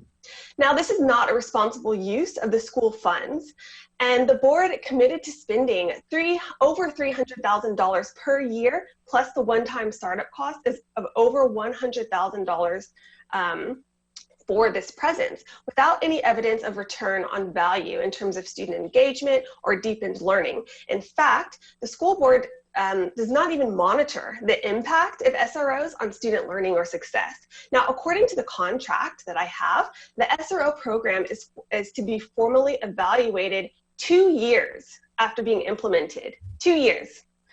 Okay, I don't know any, in my line of work, 2 years is a really long time to formally review something. But the mere presence of police in schools serves to reinforce and accelerate the school-to-prison pipeline, and that's supported by data. So I urge you to support this initiative, just to remove SROs from USD 116 for future budget considerations. Now, the reality of the budget shortfall also needs to be addressed, and that was stated to me by board member Peggy Patton. Now, for many, school is the only place to access mental health counseling and support, so I would like to see the school board and you all support that by prioritizing the engagement and health and well-being of students. Eliminating the contract with the police department will allow for the resources to be reallocated to the supports that truly need. Lastly, our learners are watching this moment as well, as you know. So what will we show them and teach them? Will we teach them to display performative allyship? Or will we take bold steps towards real action and healing in the midst of anguish and uncertainty? The choice is ours. Thank you. Thanks, Amina. You brought something up, and Chief Serafin, are you with us and able to answer a question? I see he's in the there. Yes, hey, sir. All right. So I was under the impression the program would be reviewed after 1 year. Are we? Is it 2 years or is it 1 year? So it was 1 year. Excuse me 1 second here. I can confirm with you. I can actually share the contract with you, and I can show you. So it should be, the way I understand it is, and I don't have it in front of me here myself. She does. I believe it was going to be in a couple of years. And the other thing but so we can have a chance to collect some data. Obviously, this just kicked off with the 2 SROs after the first of the year. And so at this point, this year has been clearly wonky with regards to the pandemic.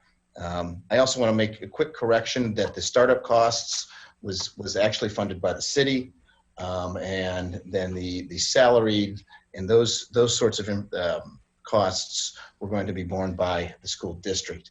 The other thing that I just want to make a quick mention of as we kind of computed those costs is that I believe it was a 10-year, and Elizabeth Hannon, our finance director, would do better at this than I would. I think we used an average of a 10-year officer as for their salaried. I know that the number has been brought up of 135, and I think the actual salary is closer to the 80-ish range. And then there's various other things that are on it, whether that's benefits, pension costs, and those kinds of things. So Just thought Thank you, Bryant. I just want to clarify that the costs that were shared with me were the confirmed costs.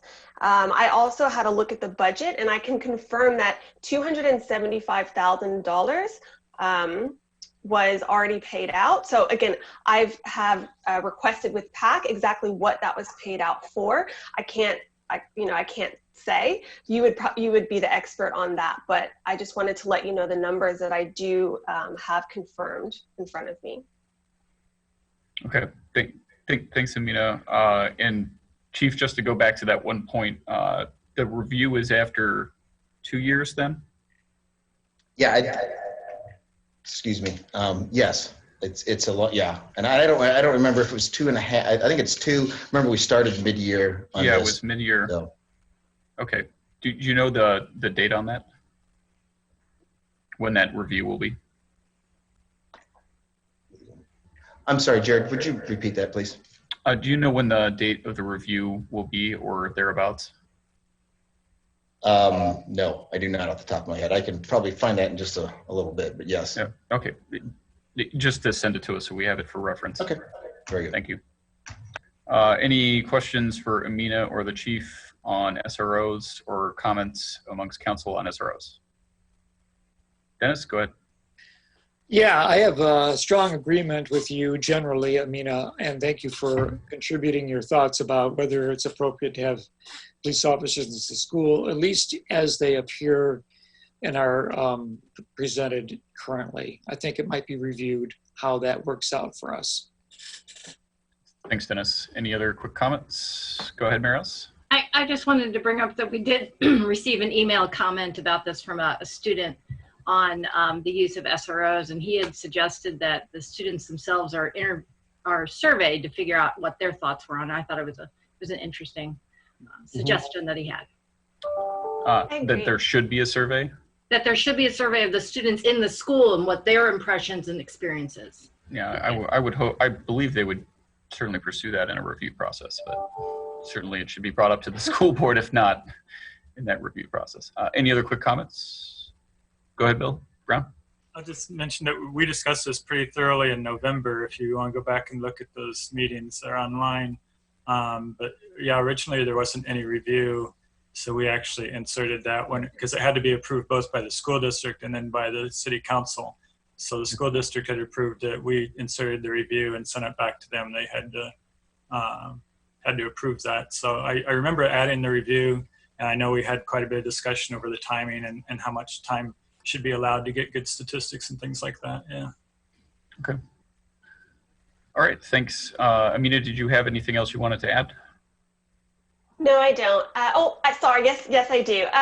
Mary Alice, I completely agree with you about the students. I have chatted with many students. Actually, one Urbana student in particular has written a piece in the Public Eye about this. So I would, that's an opinion piece. I think that data is important. I'm an early career researcher myself, so I really like data. So I just encourage that data to be compiled as soon as possible. I think 2 years is too long. Thank you for your time. Thank you. Thank you. All right, just to make everyone aware, I've got 8 hands still up. We have about 30 minutes left. That's about 3¼ minutes per person. So again, just want to reiterate to folks if you can be as succinct and concise as possible so we can get as many people in and try to have a little bit of conversation. All right, I don't have any others, and I apologize if anybody did send an email ahead of time that I'm missing on my list, but so we'll just start going down the list of people we have. I've got Creel Unbeloved as next. If we want to recognize them, you should be able to unmute yourself. Hi, no, thank you. My email says it all. It dumped me in the middle of a... We still hear you. Oh, my email said it all. You don't need to take time on my personal comment. Okay, thank you. All right, Allison says, I'm sorry, I don't want to say your last name wrong, but Cesar. Hi, can you hear me?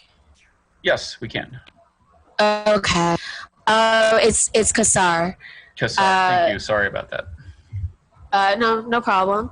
I just want to follow on the heels of the last comment, and add that if we're discussing data-driven review of school resource officers, I would like to point out, as I have in my email, that there is been significant study, and there's now an increasing volume of study of the role of student resource officers in schools and their efficacy in preventing specifically violent assault, school shootings, which I think is everybody's big concern and the big reason that they were so widely rolled out in the wake of Columbine. And there's information that you can find pretty easily online and in peer-reviewed journals suggesting that there's not a lot of evidence for resource officers deterring violent crime and violent attacks within schools. It was very well publicized after the Parkland school shooting that the resource officer not only did nothing but deliberately stayed outside during the shooting. It was determined in the criminal cases brought against him that he likely could have saved most of the students on the third floor of that school if he had acted. And I think 11 counts were brought against him of child endangerment and negligence. And so, looking at what actually happens when a school resource officer is on scene for a shooting, as horrible as those things are to think about, we need to look at the data for whether they're even effective or if they're just kind of sitting in schools, shifting discipline from educators and counselors and principals and parents, which is where the only people who should be disciplining children, to the legal system, to police officers, to criminalization, which on its own is traumatizing to children, especially to Black and brown children, especially to children with disabilities and learning impairments, who may be over-disciplined just because they act differently from other students. And so it's a racial issue, it is a disability rights issue, it is a mental illness rights issue, to review with the most up-to-date research the efficacy of school resource officers, especially armed school resource officers. These are armed police in our schools with our children, and to make decisions quickly, because again, there are armed police in our schools with our children based on existing data and review, and not just to, fall victim to, what could happen, and to actually look at what does happen in these scenarios. Thank you. Thank you, Allison. You have responses, quick questions or comments for her? No, okay. Somebody just emailed me, and I think I had their name is different in here than the email, but I had a Grace Walworth who had emailed me before, and I see now on your signature it says Wilkin. I apologize. So we'll go ahead and get you in, Grace, since you did email before. I apologize. No problem. Thank you. Can you hear me? Yes, go ahead. Thank you. I'm contacting you as a concerned citizen from Urbana. Last Tuesday, I attended the Her Name March hosted by Her Urbana. It was an extremely powerful, well-organized, and peaceful event led by some amazing Black women. At one point, while blocking an intersection, an older white woman hit a young Black protester with her car. Police officers arrived and suspiciously questioned the protesters while the perpetrator was driving away. The officers finally approached the car and talked with the woman, who was ultimately allowed to leave, seemingly with no consequences. I did not see the officers ever check with the victim to see if she was okay. The victim, a young Black woman, apparently had no faith in the police system, as she did not make a statement or complaint, and rightfully so. At the same time, Aaliyah Lewis is facing the threat of time in prison after being assaulted by Urbana police officers. The racism at the core of our system is appalling, and yet, here in Urbana too. I ask that the charges be dropped against Aaliyah Lewis with whatever influence you have, and that the Urbana police work to support and not harass its community members. I do not want to see any more of our community members abused, killed, or harassed by those meant to supposedly protect and serve. After the incident with the driver, The officers stayed with the protesters, but their presence did not seem supportive. They brought weapons to a peaceful protest. Many of them were not wearing masks in the middle of this pandemic. I felt unsafe by their presence, even with my white privilege. The community is counting on police to protect us. Many of my loved ones work in the food industry where they don't feel safe to enforce the mask policy. When officers do not wear a mask while approaching citizens, they are endangering members of our community. The police have been given too much power without being held to the same law and standards as everyone else. I ask that you significantly reduce the police budget and instead invest it into equitable community development. I ask that you empower a truly independent and representative police review board and require education on social justice and de-escalation techniques for all police officers. I do not support the local police cooperation with ICE in our community, and I ask that our police stop cooperating with ICE detainments and stop harassing our Hispanic community members. Too often, people of color, people with mental disabilities, and people who identify as queer are not safe with our police, even here in Urbana. Who protects from the police? Right now, no one, but you could be with your decisions and actions. Healthy, sustainable communities require that all citizens feel safe and feel heard by our governing system. I ask that you seriously listen to the community and seek ways to reform or rebuild a better system. We are counting on you to make decisions on our behalf. Thank you for your time. Thanks, Grace. Go ahead, Mary Alice. I just had a quick question for you, Grace. You had mentioned this where this protest happened. What city was it in? Lincoln and University. That seems kind of right on the edge to me. I'm not sure which one. All right. Do you know what department responded? I don't.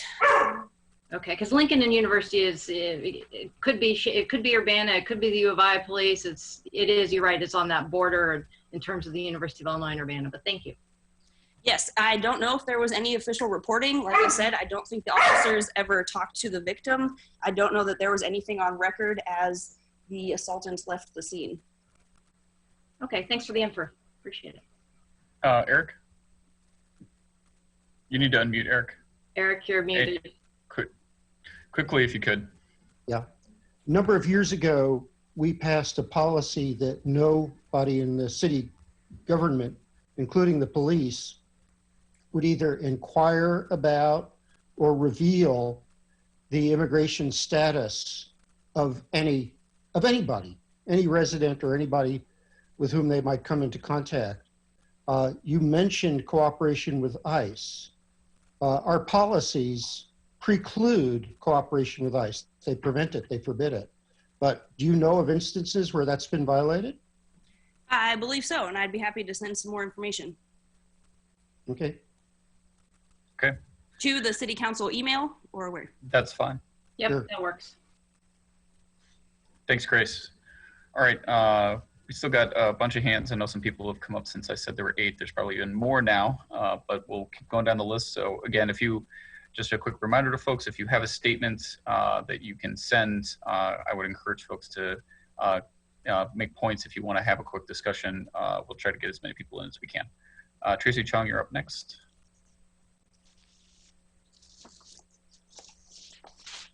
Hi, can you hear me? Yes, we can, Tracy. Okay, I'll try to speak fast. Hi, I'm Tracy Chong from Urbana. First, some of the comments and discussion by CPRB members last night did give me hope that board members are willing to put in the work to move forward. So that's great. However, I hope City Council will pay attention to city staff actions and motives in the future. One of the main concerns is the gatekeeping of city staff and UPD, which resulted in complaints by citizens being rejected. Last night, Carol Mitten, after collaborating with Lieutenant Richard Souls, came up with flow charts to categorize complaints into what she calls substantive complaints, which would go through the CPRB process, and another category, administrative issues, that, according to Mitten, may not be a good use of CPRB's time. Some of the complaints that Mitten deemed not a good use of time include police officers' general behavior, police mishandling of calls, lost property during arrests, and traffic violations by police officers.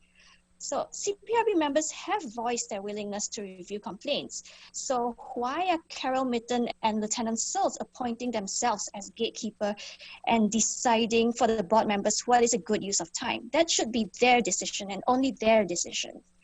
According to Mitten, just because she actually said this, just because there's a policy violation by a sworn officer, it may not be a misconduct. From what I've read, Section 321.5 in the UPD manual provides a list of misconduct. The first item on the list reads, violation of or ordering and instructing a subordinate to violate any policy, procedure, rule, order, directive, requirement, or failure to follow instructions contained in department or city manuals. So why is Carol Mitten trying to redefine the meaning of misconduct that is already in the UPD policy? Why is she doing this? Is it so that city staff and UPD can reject more police complaints submitted by residents? If a resident feels strongly enough about a police officer's actions and takes time to file a complaint, it is a complaint. It is not up to Carol Mitten and certainly not up to UPD's Richard Sills to reject complaints based on a set of categories they have come up with. Let me repeat, every single complaint submitted by a resident is a complaint. All complaints need to be given a number and entered into a system so that it can be tracked. CPRB members or a subcommittee of CPRB need to be able to see every complaint submitted and make independent decisions on how to handle these complaints. Moving forward, city staff should not be part of this decision process. Also, board members were prevented from voting last night. The reason was because they have not had training. I mean, these guys have been voting for years.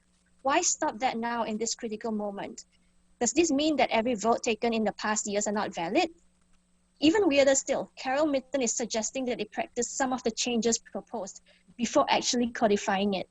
How is this even legal? I think based on Scott Dassett's response last night and Mikhail Lubinsky's comments today, CPRB is on the right track and board members understand the issue. But I want to make it crystal clear to City Council what city staff led by Carol Mitten is trying to do. And I urge you to set some boundaries and provide oversight to what staff is doing. Okay, very briefly. Lastly, I would like some answers to these two issues. First, why are the publicly available portions of the UPD policies redacted? For example, in section 308.2.1 regarding when officers can initiate a vehicle pursuit, all 5 points are redacted. In the following section about speed limits, the whole list of factors that officers should consider when determining the reasonableness of the speed of the pursuit are blacked out. You can't see anything. In the next example, in the patrol rifle section, the whole list of 7 general guidelines for deploying the patrol rifle are blacked out. I mean, we can't even see the guidelines for police handling these rifles. This redaction happens over and over in UPD policies. Why is this information hidden from the public? I really want Chief Serafin to comment on this tonight. Second question, I brought up FOIA issues at several meetings. Most concerning is the recent move by the city to charge for records. I hope you guys can answer this. Have any of you looked into why requesters working on police oversight are being charged hundreds of dollars for body camera footage and citizen review process documents? Thank you. Thanks, Tracy. Is there any quick comments from council for Tracy? Follow up. Dennis, go ahead. Yeah, I've asked why we're charging. So maybe there's a staff fee for the processing, but why is it so much? I've asked about that and haven't had a response yet. Thank you. Other quick questions from council. Chief, if you're looking at that. Go ahead, Sharice. Sorry. I'm sorry. No, you can't see me because I'm busy. Kind of, you know, I told you I would. Yes. But other stuff. I'm gonna see if I can find it. Tracy, there was something that I came across. That's downloads. And there is a charge regarding like how many megabytes something is. And and the time charged for the staff to find it. Why is this happening right now? I think it has to do with so many FOIA requests. I think there is, and I really, to tell you the truth, this isn't my bailiwick. It was just something I was looking up last night because you've asked this before. And so I did take the time to look it up last night, and for some reason I can't find it in my downloads now. Oh wait, here we go. FOIA fees, regarding the FOIA fees, there's so many, more than 80 megabytes, but not more than 160 megabytes of data is $40. More than 160 megabytes of data, $100. For the most part, I think it also has to do with voluminous and recurrent requests produced in electronic form or PDF format. There are, so if you're asking for data like film or something, I imagine that is quite more than 160 megabytes of data. So that's right now, that's the best I can answer your question.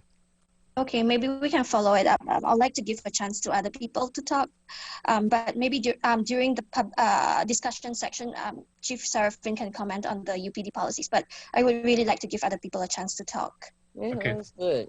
Thanks, Tracy.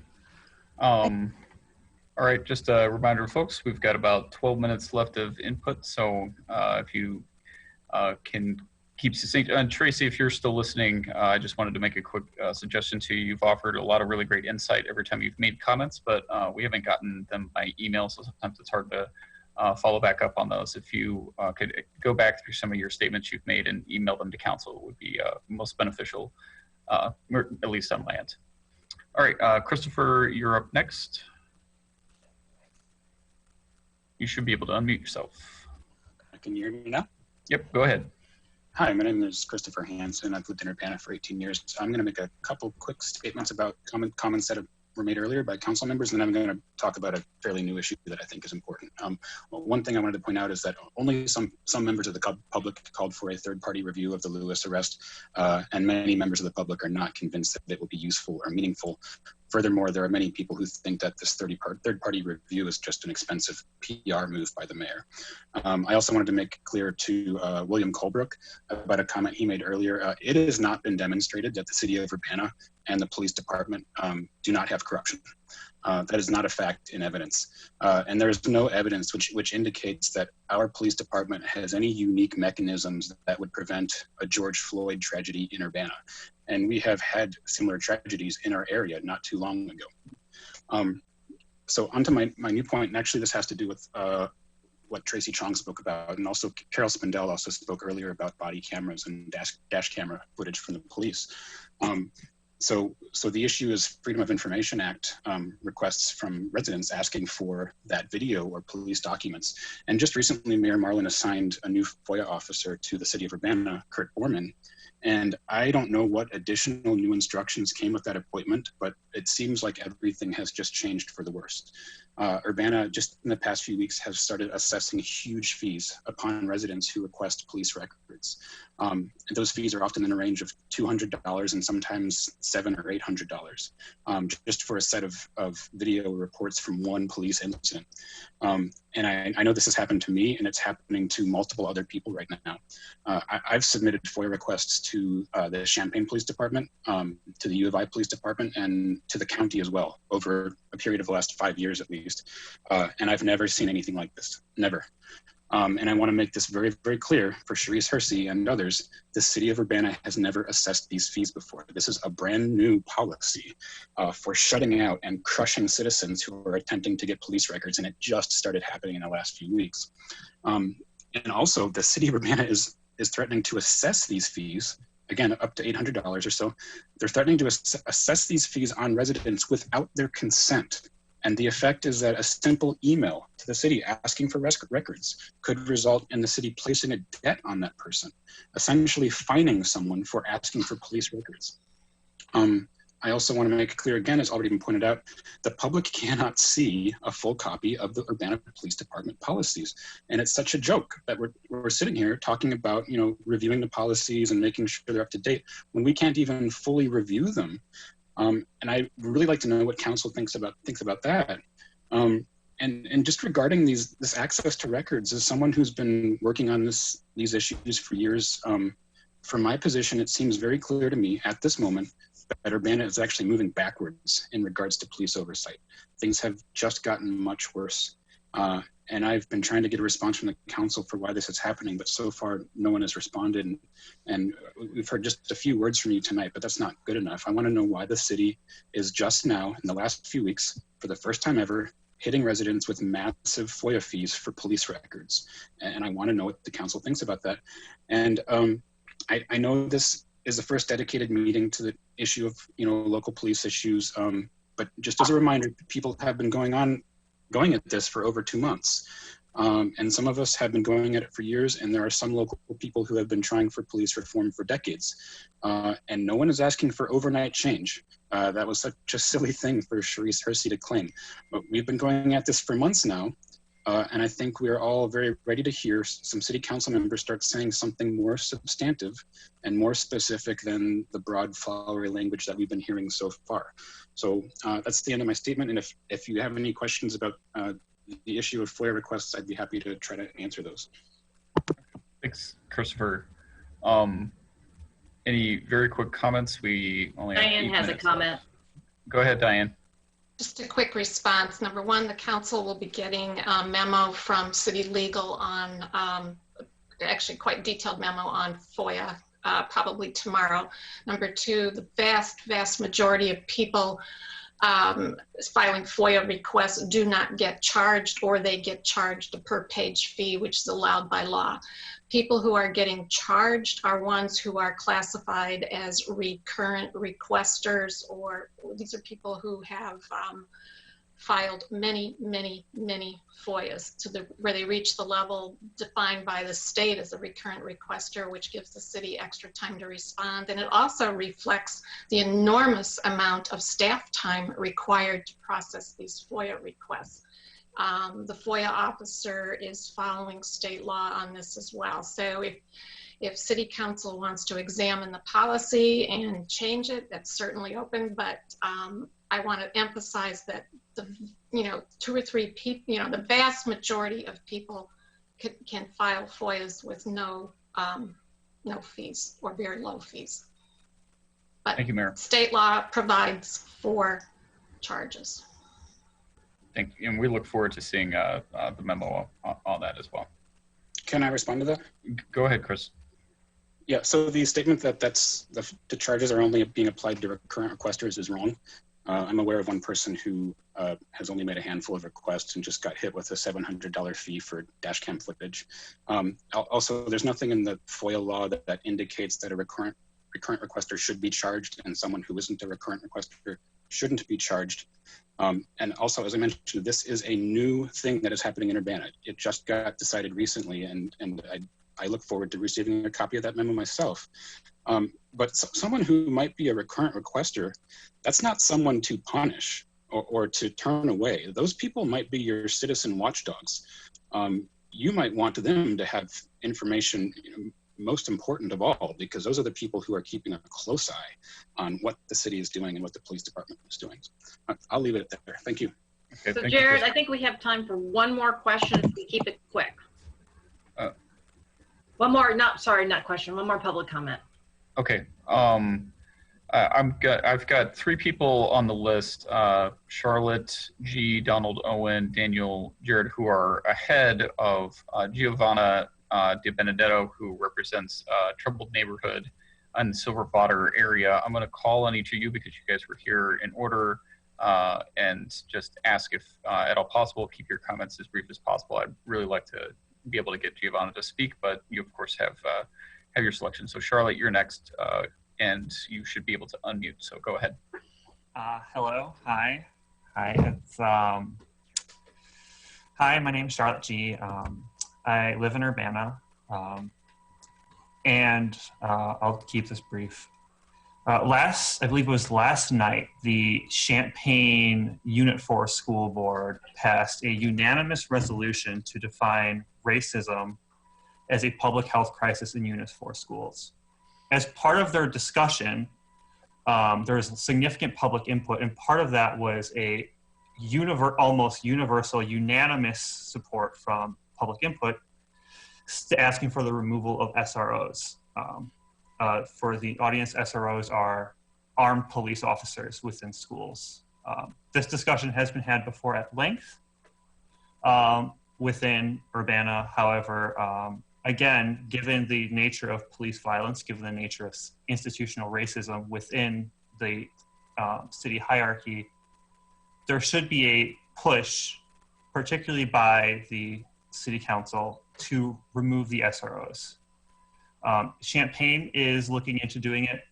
It is imperative that Urbana does the same thing and removes these officers because it's extremely detrimental. I believe there was a 2% reduction in the budget that accounted to be something like $100,000 or something. These officers cost Urbana schools $300,000. We're paid, so that's already greater than the reduction in the police budget.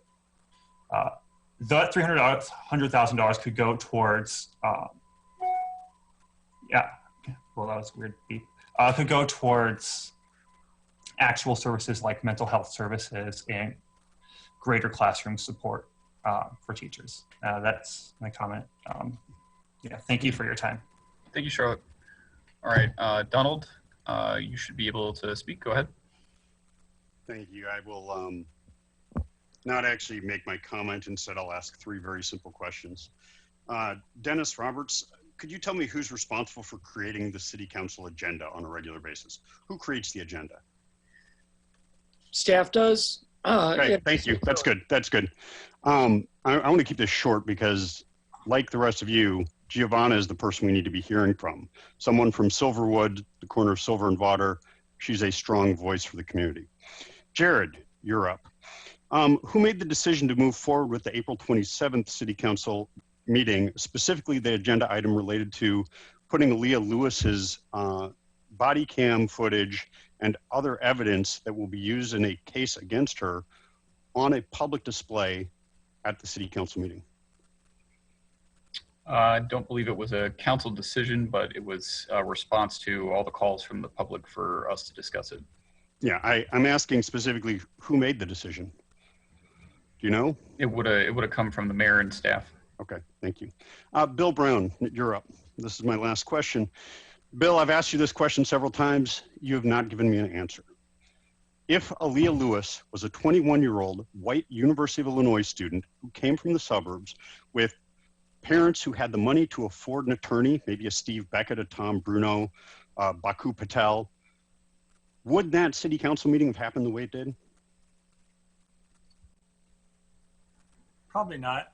Okay, that's it. Thank you. On to the next one. Daniel, if at all possible, if you could yield the last minute or two to Giovanna, we'd love to hear from her, but of course you're welcome to speak. Hello, my name is Daniel Wachmacher. I absolutely yield my time alongside a request that the council hold such a forum again, as there's obviously much interest in further discussion. I also want to acknowledge in previous council meetings, I requested an opportunity for dialogue as opposed to merely statements. And I want to thank you for taking that feedback and acting on it. That's all. Thank you. Thank you, Daniel. And I know we're running up on 10, Mary Alice, but we'll just get this last one in and then we'll go to council discussion. It sounds good, thanks. Giovanna, you should be able to unmute yourself. Go ahead. Okay, am I good? You're good. Okay. First of all, I want to say thank you to the City Council for inviting me to be a part of this tonight. Due to my own scheduling things and running food drive, you know, everything's been going on. I've not had the time to devote to these issues that I would normally like to be able to devote. But there are some concerns. I am sure everyone is aware that crime in Silverwood particularly, we are having some issues. The violence is going up, which although that comes in waves, and we know that, I can say that many of us are very concerned about that. Those are issues that I will bring up in an email on how to address those. We know where the problems are. We know what's causing it. In regards, though, to the police department and to us working together with you city leaders on changing things. I'm reminded of a quote, and I think you all see it on the webpage a lot, that I use. And it's something that I've been reiterating to these residents, is that, and I think I actually heard this at a coalition meeting where someone said, because you are poverty, because you come from poverty, doesn't mean you are poverty. And I think that the Silverwood residents that are of the lower income, because we are very diverse, you know, we all know that. We are racially diverse in this neighborhood. We are economically diverse, which makes it very unique. But the issues hitting those that are poverty stricken are, they are so glaring right now, and they are so difficult. And so many things that I heard tonight concern me, and so many things we are getting solutions for. So let me share a positive that I saw this week without jeopardizing the person's privacy. There was a domestic violence situation where an African-American family, and the mother showed up. She should not have been here. She became violent. The officer that responded when he was called after the parent had left and the child was safe and the custodial parent was safe, it was a white officer, and they were so great with this family. And that's typically not what we're hearing these days.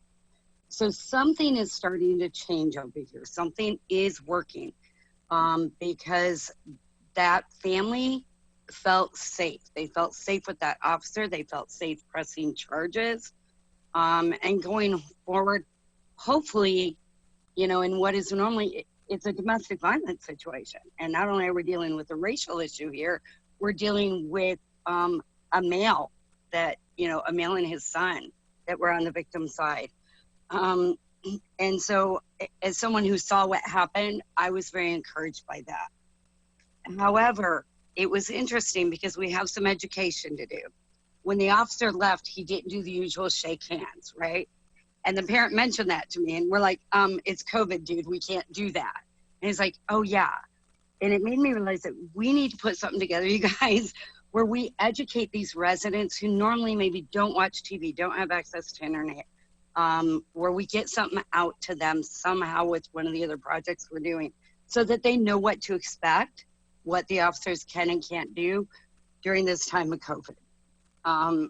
And so that's the big positive that I saw this week. That was, I think people really need to be aware of. What I see that needs to be changed right now, and where I need your help, where we need your help, I think our group now has finally adopted the name Silver Hearts, whether it's no matter what project we do, is that we need leaders that show that they care.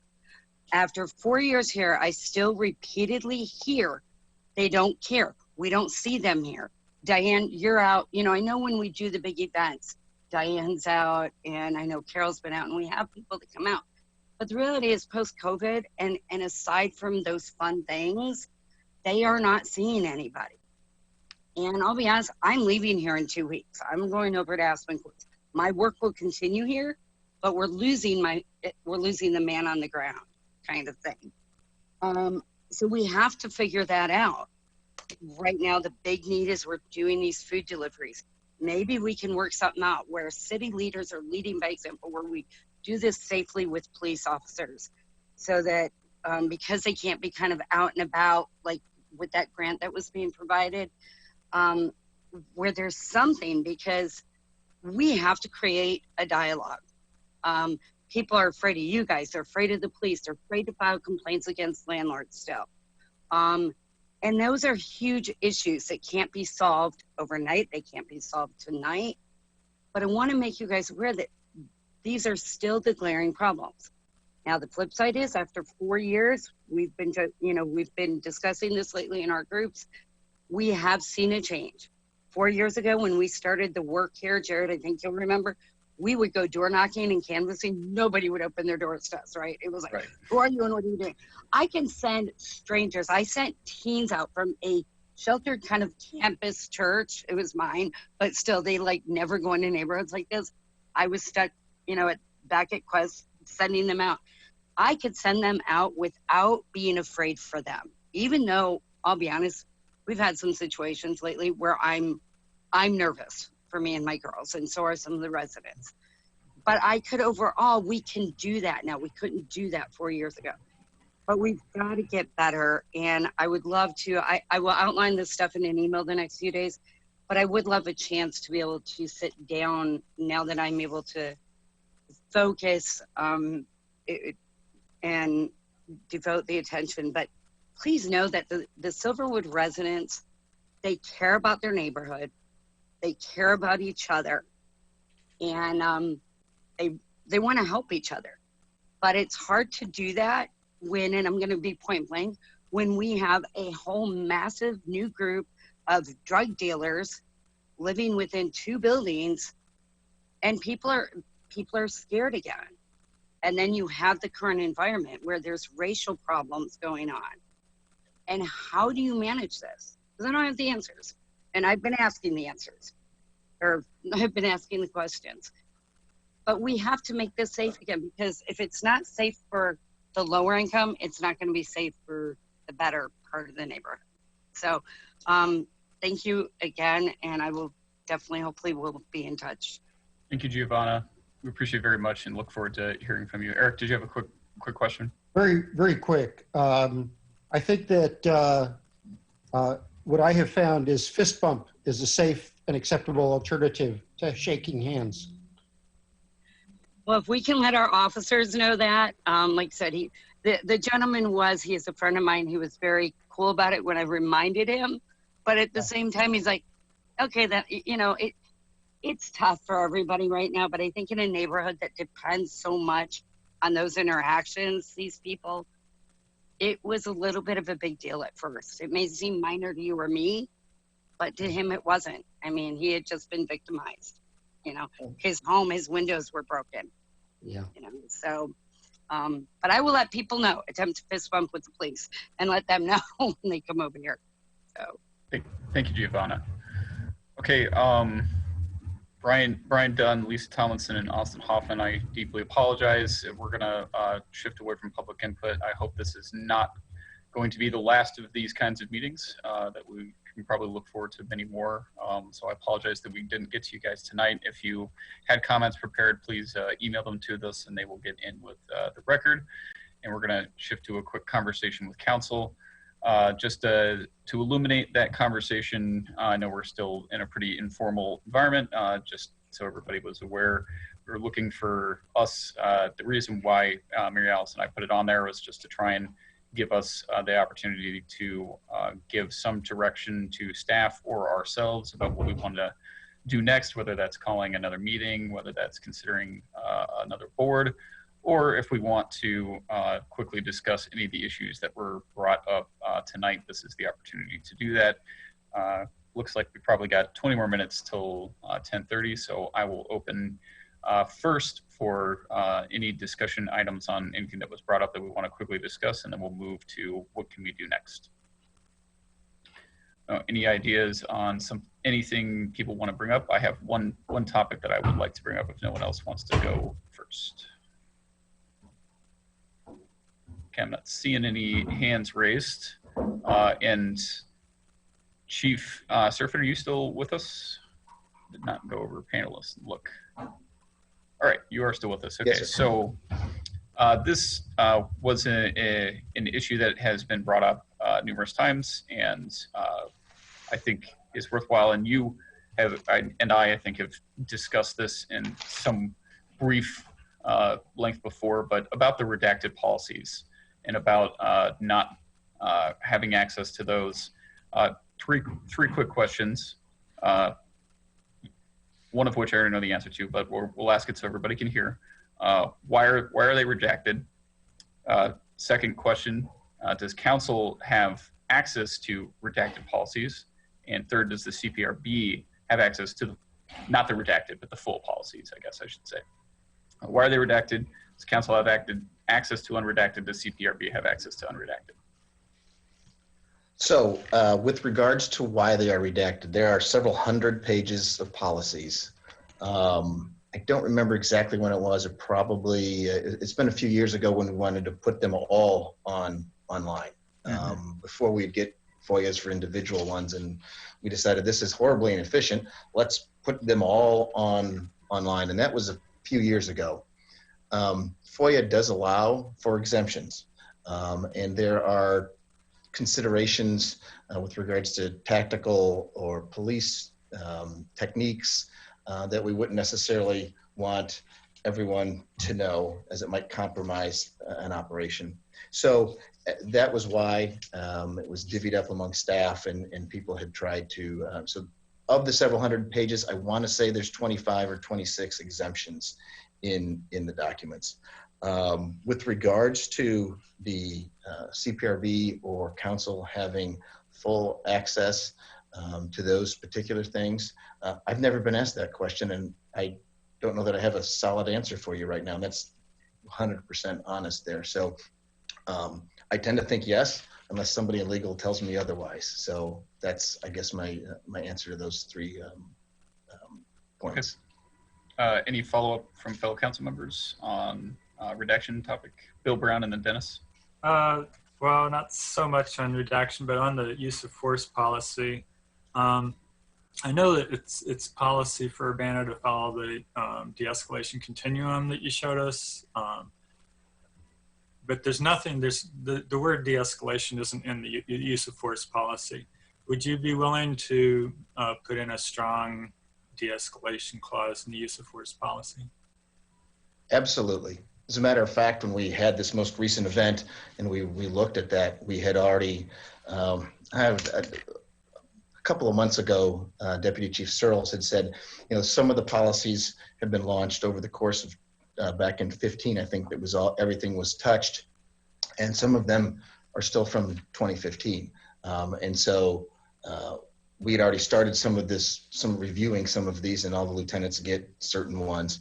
But yes, one of the things that we've looked at was exactly what you're discussing, Bill. So yes, as a matter of fact, we believe that will be part of the review process of the Leah Lewis incident. And so we're hoping to get some feedback and make it much more robust, including the de-escalation.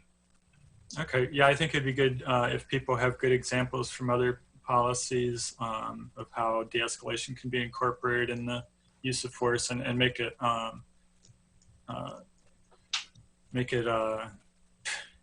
sorry, it's late. Make it transparent and enforceable, basically, so that we can follow up and make it clear where the steps are. I understand. Dennis, go ahead.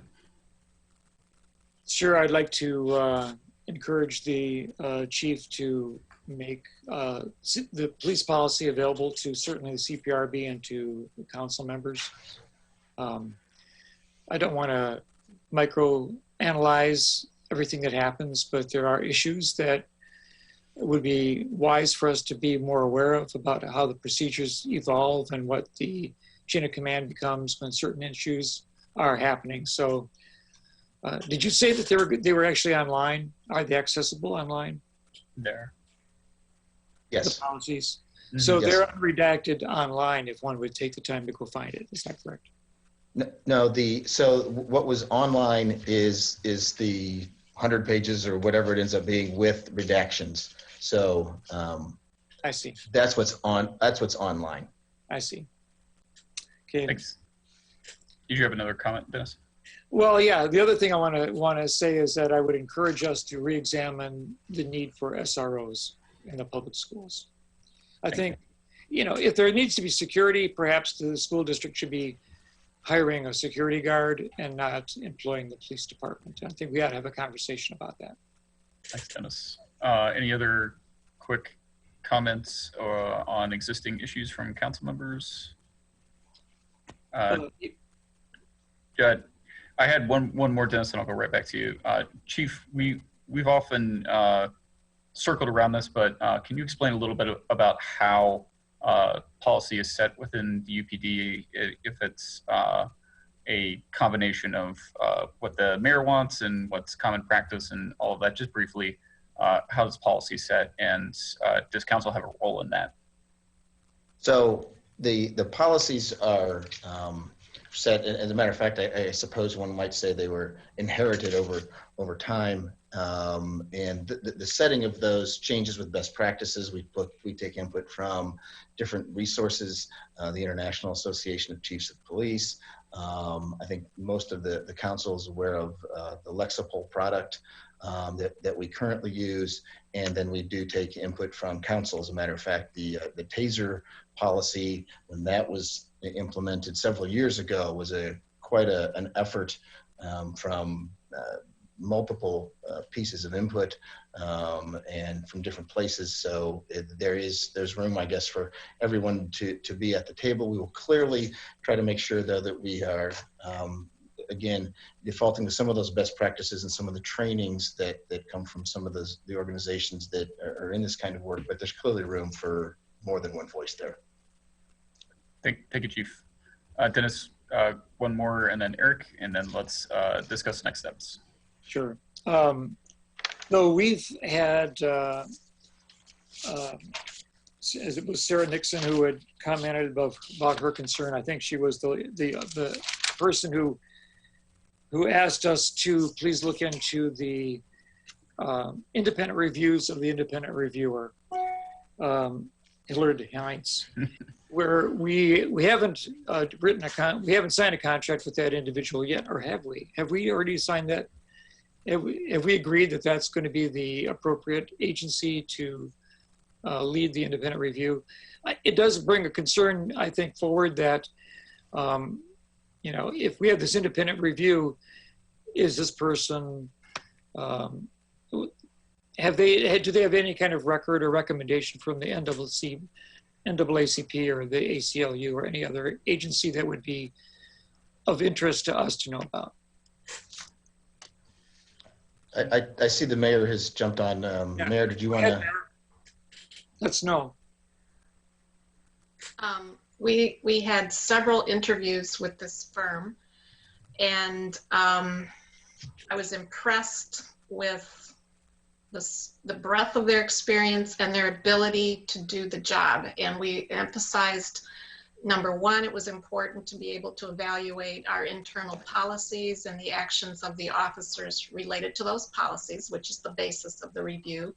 Yeah. But another very important component was their ability to conduct interviews with community stakeholders, which means city council members and with representatives from the community groups that we've heard from, over the past few weeks, and to get a very broad representation from the community. And to me, that was just as important as, evaluating the officers' activities as well. And then third, we wanted them to do try to determine if the allegation related to an officer or officer's contact with the person who made the video, to get to the bottom of that. So we had a lot of conversations talking about the scope of the project and the ability to do that, and we have a very firm commitment for that, and that is written into the project. So I am confident that they're going to do the job, and I'm confident that they are going to talk to enough people and get enough feedback that we're going to get a very, I think, a very robust picture of what's going on here. Then I think, that's the crucial part, is then to get assessment from different sections of the community to get the full range of the responses to what is seen on the videos and what happened. And then they will also make a presentation to council and answer your questions. So they'll be accountable to city council. And then they also have the ability to come back and they'll make recommendations. And then they have the ability and will come back I believe it was 6 months afterwards, to see how we're doing in terms of implementing the recommendations. So there was that follow-up too. I appreciate your comments, Mayor, because I mean, you know, this is a concern that we have a full investigation that's truly unbiased and not. Well, I want to stress this is a review. There's a difference between an investigation and a review, but this is an independent review of this incident. Okay. Eric, and then Mary Alice. So it won't be up to me to follow up, but just to remind a little bit about the context of the SROs, because there was tremendous concern within the Urbana School District about violence in the schools. And there was especially one incident that got completely out of control and put a teacher who tried to intervene in the hospital. So I would, it'll be you guys to deal with, but I would be pretty deferential to what the school board and the school administration want. I mean, we've heard studies, national studies cited here, but every school district is different. And the Urbana School District really was having some major problems that prompted them to make this request. Thanks, Eric. Mary Alice? Yeah, I've been a bit quiet because there's been a lot of interesting input, a lot of interesting ideas, and the question you posed is, where do we go from here? And so for me, I feel like I need to reflect a little bit on some of the questions that the community is asking and some of the suggestions that they're giving. So I suppose the next steps that I would suggest is that sometime in July that we put as a discussion item on one of our agendas, the committee agenda, for example, that we continue this conversation. But I'm open to other people's ideas. I'm just kind of thinking, what is the best way forward in 7 minutes? Anyone else want to propose a next step? I've got an idea too, if nobody wants to raise their hands. Go ahead, Eric. I'll just come back to the theme I started with. If the things that you all do are in the direction of replacing retributive justice with restorative justice, I think you will be going in the right direction. That's a bit of a radical idea in the United States. Elsewhere, it's not so radical. And I think that there isn't actually another way that we're going to get out of the situation we're in. And now, I mean, by this, I mean the whole society. The other thing I would say is that we can create a perfect police department. But if that perfect police department feeds into a flawed state's attorney's office, a flawed detention system, a flawed sheriff's office, a flawed court system, then most of the problems remain. And because of Jim Simon's constraints, I'm not going to make specific comments on the state's attorney and on the judge. I'll make a factual comment.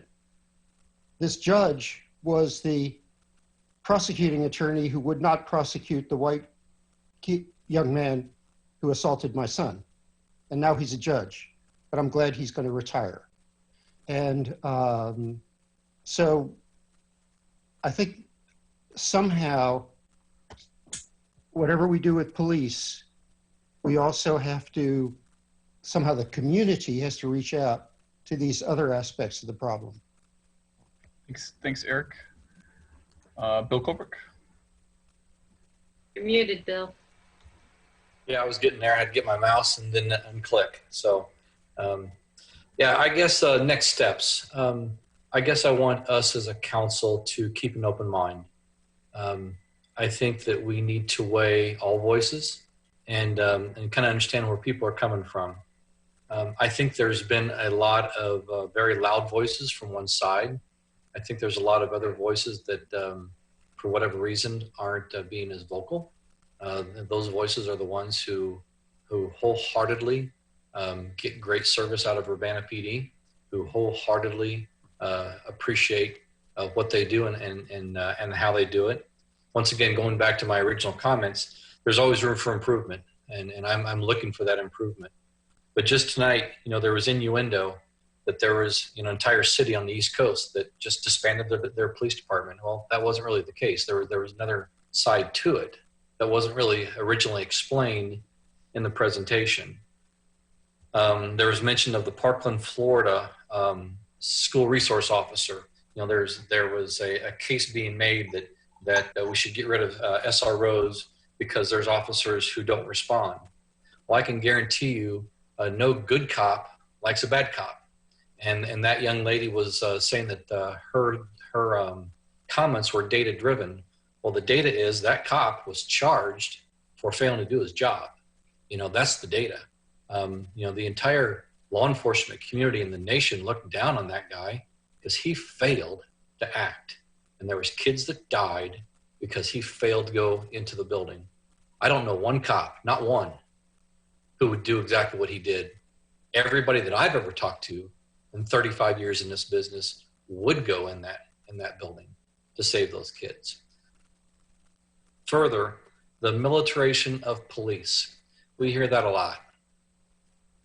And this is where I get emotional, if I haven't been already. I've got family sitting right next to me in this room. What is the militarization of police? Is it the ballistic vest that we wear? Is it the sidearm that we have to carry? Is it the patrol rifle that we have to be issued? When I go to work, I expect to come home.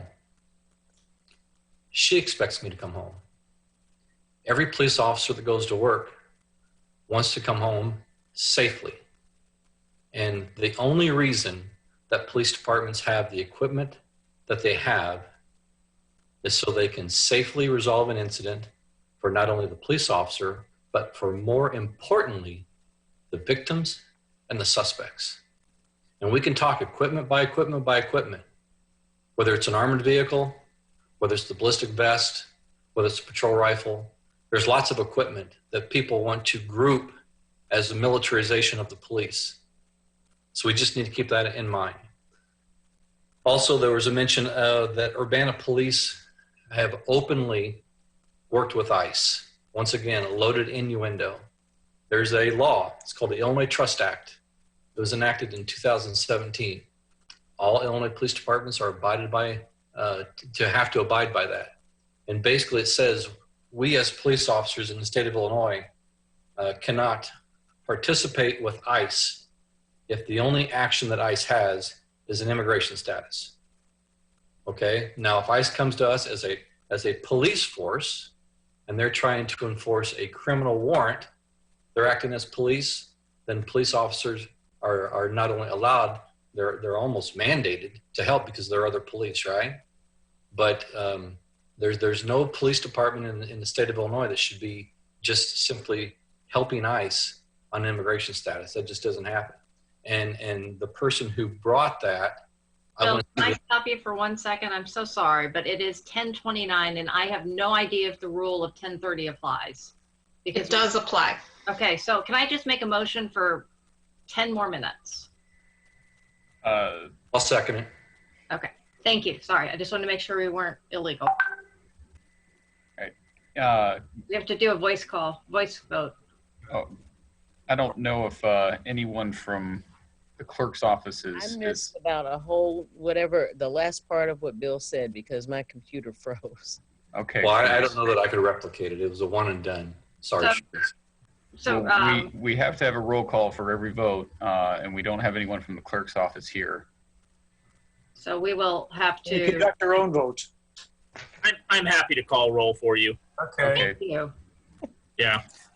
Council, I'll probably do it out of order, but they'll sort it out. Council Member Jacobson? Here. Yeah, do you want to extend the meeting? I'm sorry, we want a yes vote, yeah. Yes. Council Member Brown? Yes. Councilmember Roberts, Yes. Councilmember Colebrook, Yes. Councilmember Wu, Yes. Councilmember Hersey, What am I voting on? to extend the meeting by 10 minutes, 10 minutes. Yes. and Councilmember Miller. Yes. All Thanks, right, you have 10 minutes. All right, thank you. And actually, that was my 4 points. So I know that people are going to talk too, but all I'm asking is let's be reasonable. Let's listen to everybody. Let's weigh what they have to say. But there's a lot to be said for why the police do what they do and how they do it. And all I would ask is that we gather all the data and make informed decisions on what we do going forward. So thank you. Thanks, Bill Colbert. So in the 9 minutes we have now in the rest of the meeting, we're probably not going to make any substantial next steps, but and we did add the end of our body camera or beginning of our body camera discussion to as a discussion item on the next committee of the whole meeting. But I would certainly support Mary Alice's move to discuss our next steps at that meeting, since we probably won't get super far in trying to do that tonight. I had some suggestions that I wanted to make about what we would consider forming a special committee or something along those lines. But how do others feel about adding a discussion item for next steps onto the next committee of the whole meeting agenda? Sharice, you raised your hand. I just wanted to say something before you made that remark. I wanted to come after Bill, actually. And Carol could probably answer these questions for me. Because I did look at, watch some of the CPRB meeting last night, but I didn't get to see all of it. So what I want to know, I know you guys were talking about training and stuff. Yes. Are they going to be trained along with us with the 10 principles, the NAACP 10 principles? I think that there's a list that's being developed with for the people that will attend the training, and I think there's a limit of 50. So I don't know if they will all be able to be included, but I think it would be nice if some of them were able to be included in those discussion groups. And is there any planning at all for them to, for any of them to attend the Citizens Police training? That's certainly something we want to make available to them. I don't know what their time commitments are outside of the CPRB, and they're in the process of changing their meeting schedule from quarterly to monthly, and then the chair wants to have meetings every 2 weeks for the in the near future. So that's something we can certainly make available to them. I just don't know if who will have the time to do it. Okay. All right, thanks, Sharice. Any thoughts on adding a discussion item to next committee of the whole meeting? I think it'd be a wise idea. Okay. Well, I guess since I'm chairing it, it can be put on there. Okay, thanks, Sharice. Uh, Bill Brown, Bill Colebrook, are you guys okay with adding that? Okay. Sure. All right, great. So we'll at the very least put a discussion of council next steps onto the next committee of the whole agenda. Eric, you were raising your hand. Did you have a final thought or question? Just a very small thought with respect to the Citizens Police training. I think the segment on use of force is just really would be really worthwhile for CPRB. And I think that the understanding, I mean, that's what they do at the PTI is kind of the gold standard on that. And I think that for the CPRB to understand that from that perspective would really enhance their ability to do what they need to do. Thanks, Eric. Any other parting thoughts from council members? You did a good job chairing, Jared. Thank you. Yeah. Thank you. I'll just end then on saying that I really hope that we do this again. I think this is productive. It's amazing how quickly 3.5 hours can go by, but I really appreciate everybody showing up tonight and participating in this, including Chief and Mayor and Carol Mitten. Thank you guys for being here to help answer questions and help us work through some of these things. It's a long road ahead. There's a lot of stuff to consider, and glad you guys are, we're all here. Sharice, I'm glad you could make it. Sorry you didn't get a lot of warning about it. We'll do better next time. Okie dokie. Everybody from the public who is listening, again, those of you who didn't get a chance to speak, if you want to send comments, we'll certainly make sure they get entered into the record for tonight. There will be more opportunities going forward to have this type of format in future meetings, I certainly hope. And again, our apologies to anyone that we weren't able to get to tonight. Thanks, everybody. Without any further business before this meeting, we'll go ahead and adjourn. Jared, you need to transfer back. I'm sorry, I do, don't I? Yeah, you do. I will relinquish the chair to the mayor. And I will declare this meeting adjourned. Good night. All right.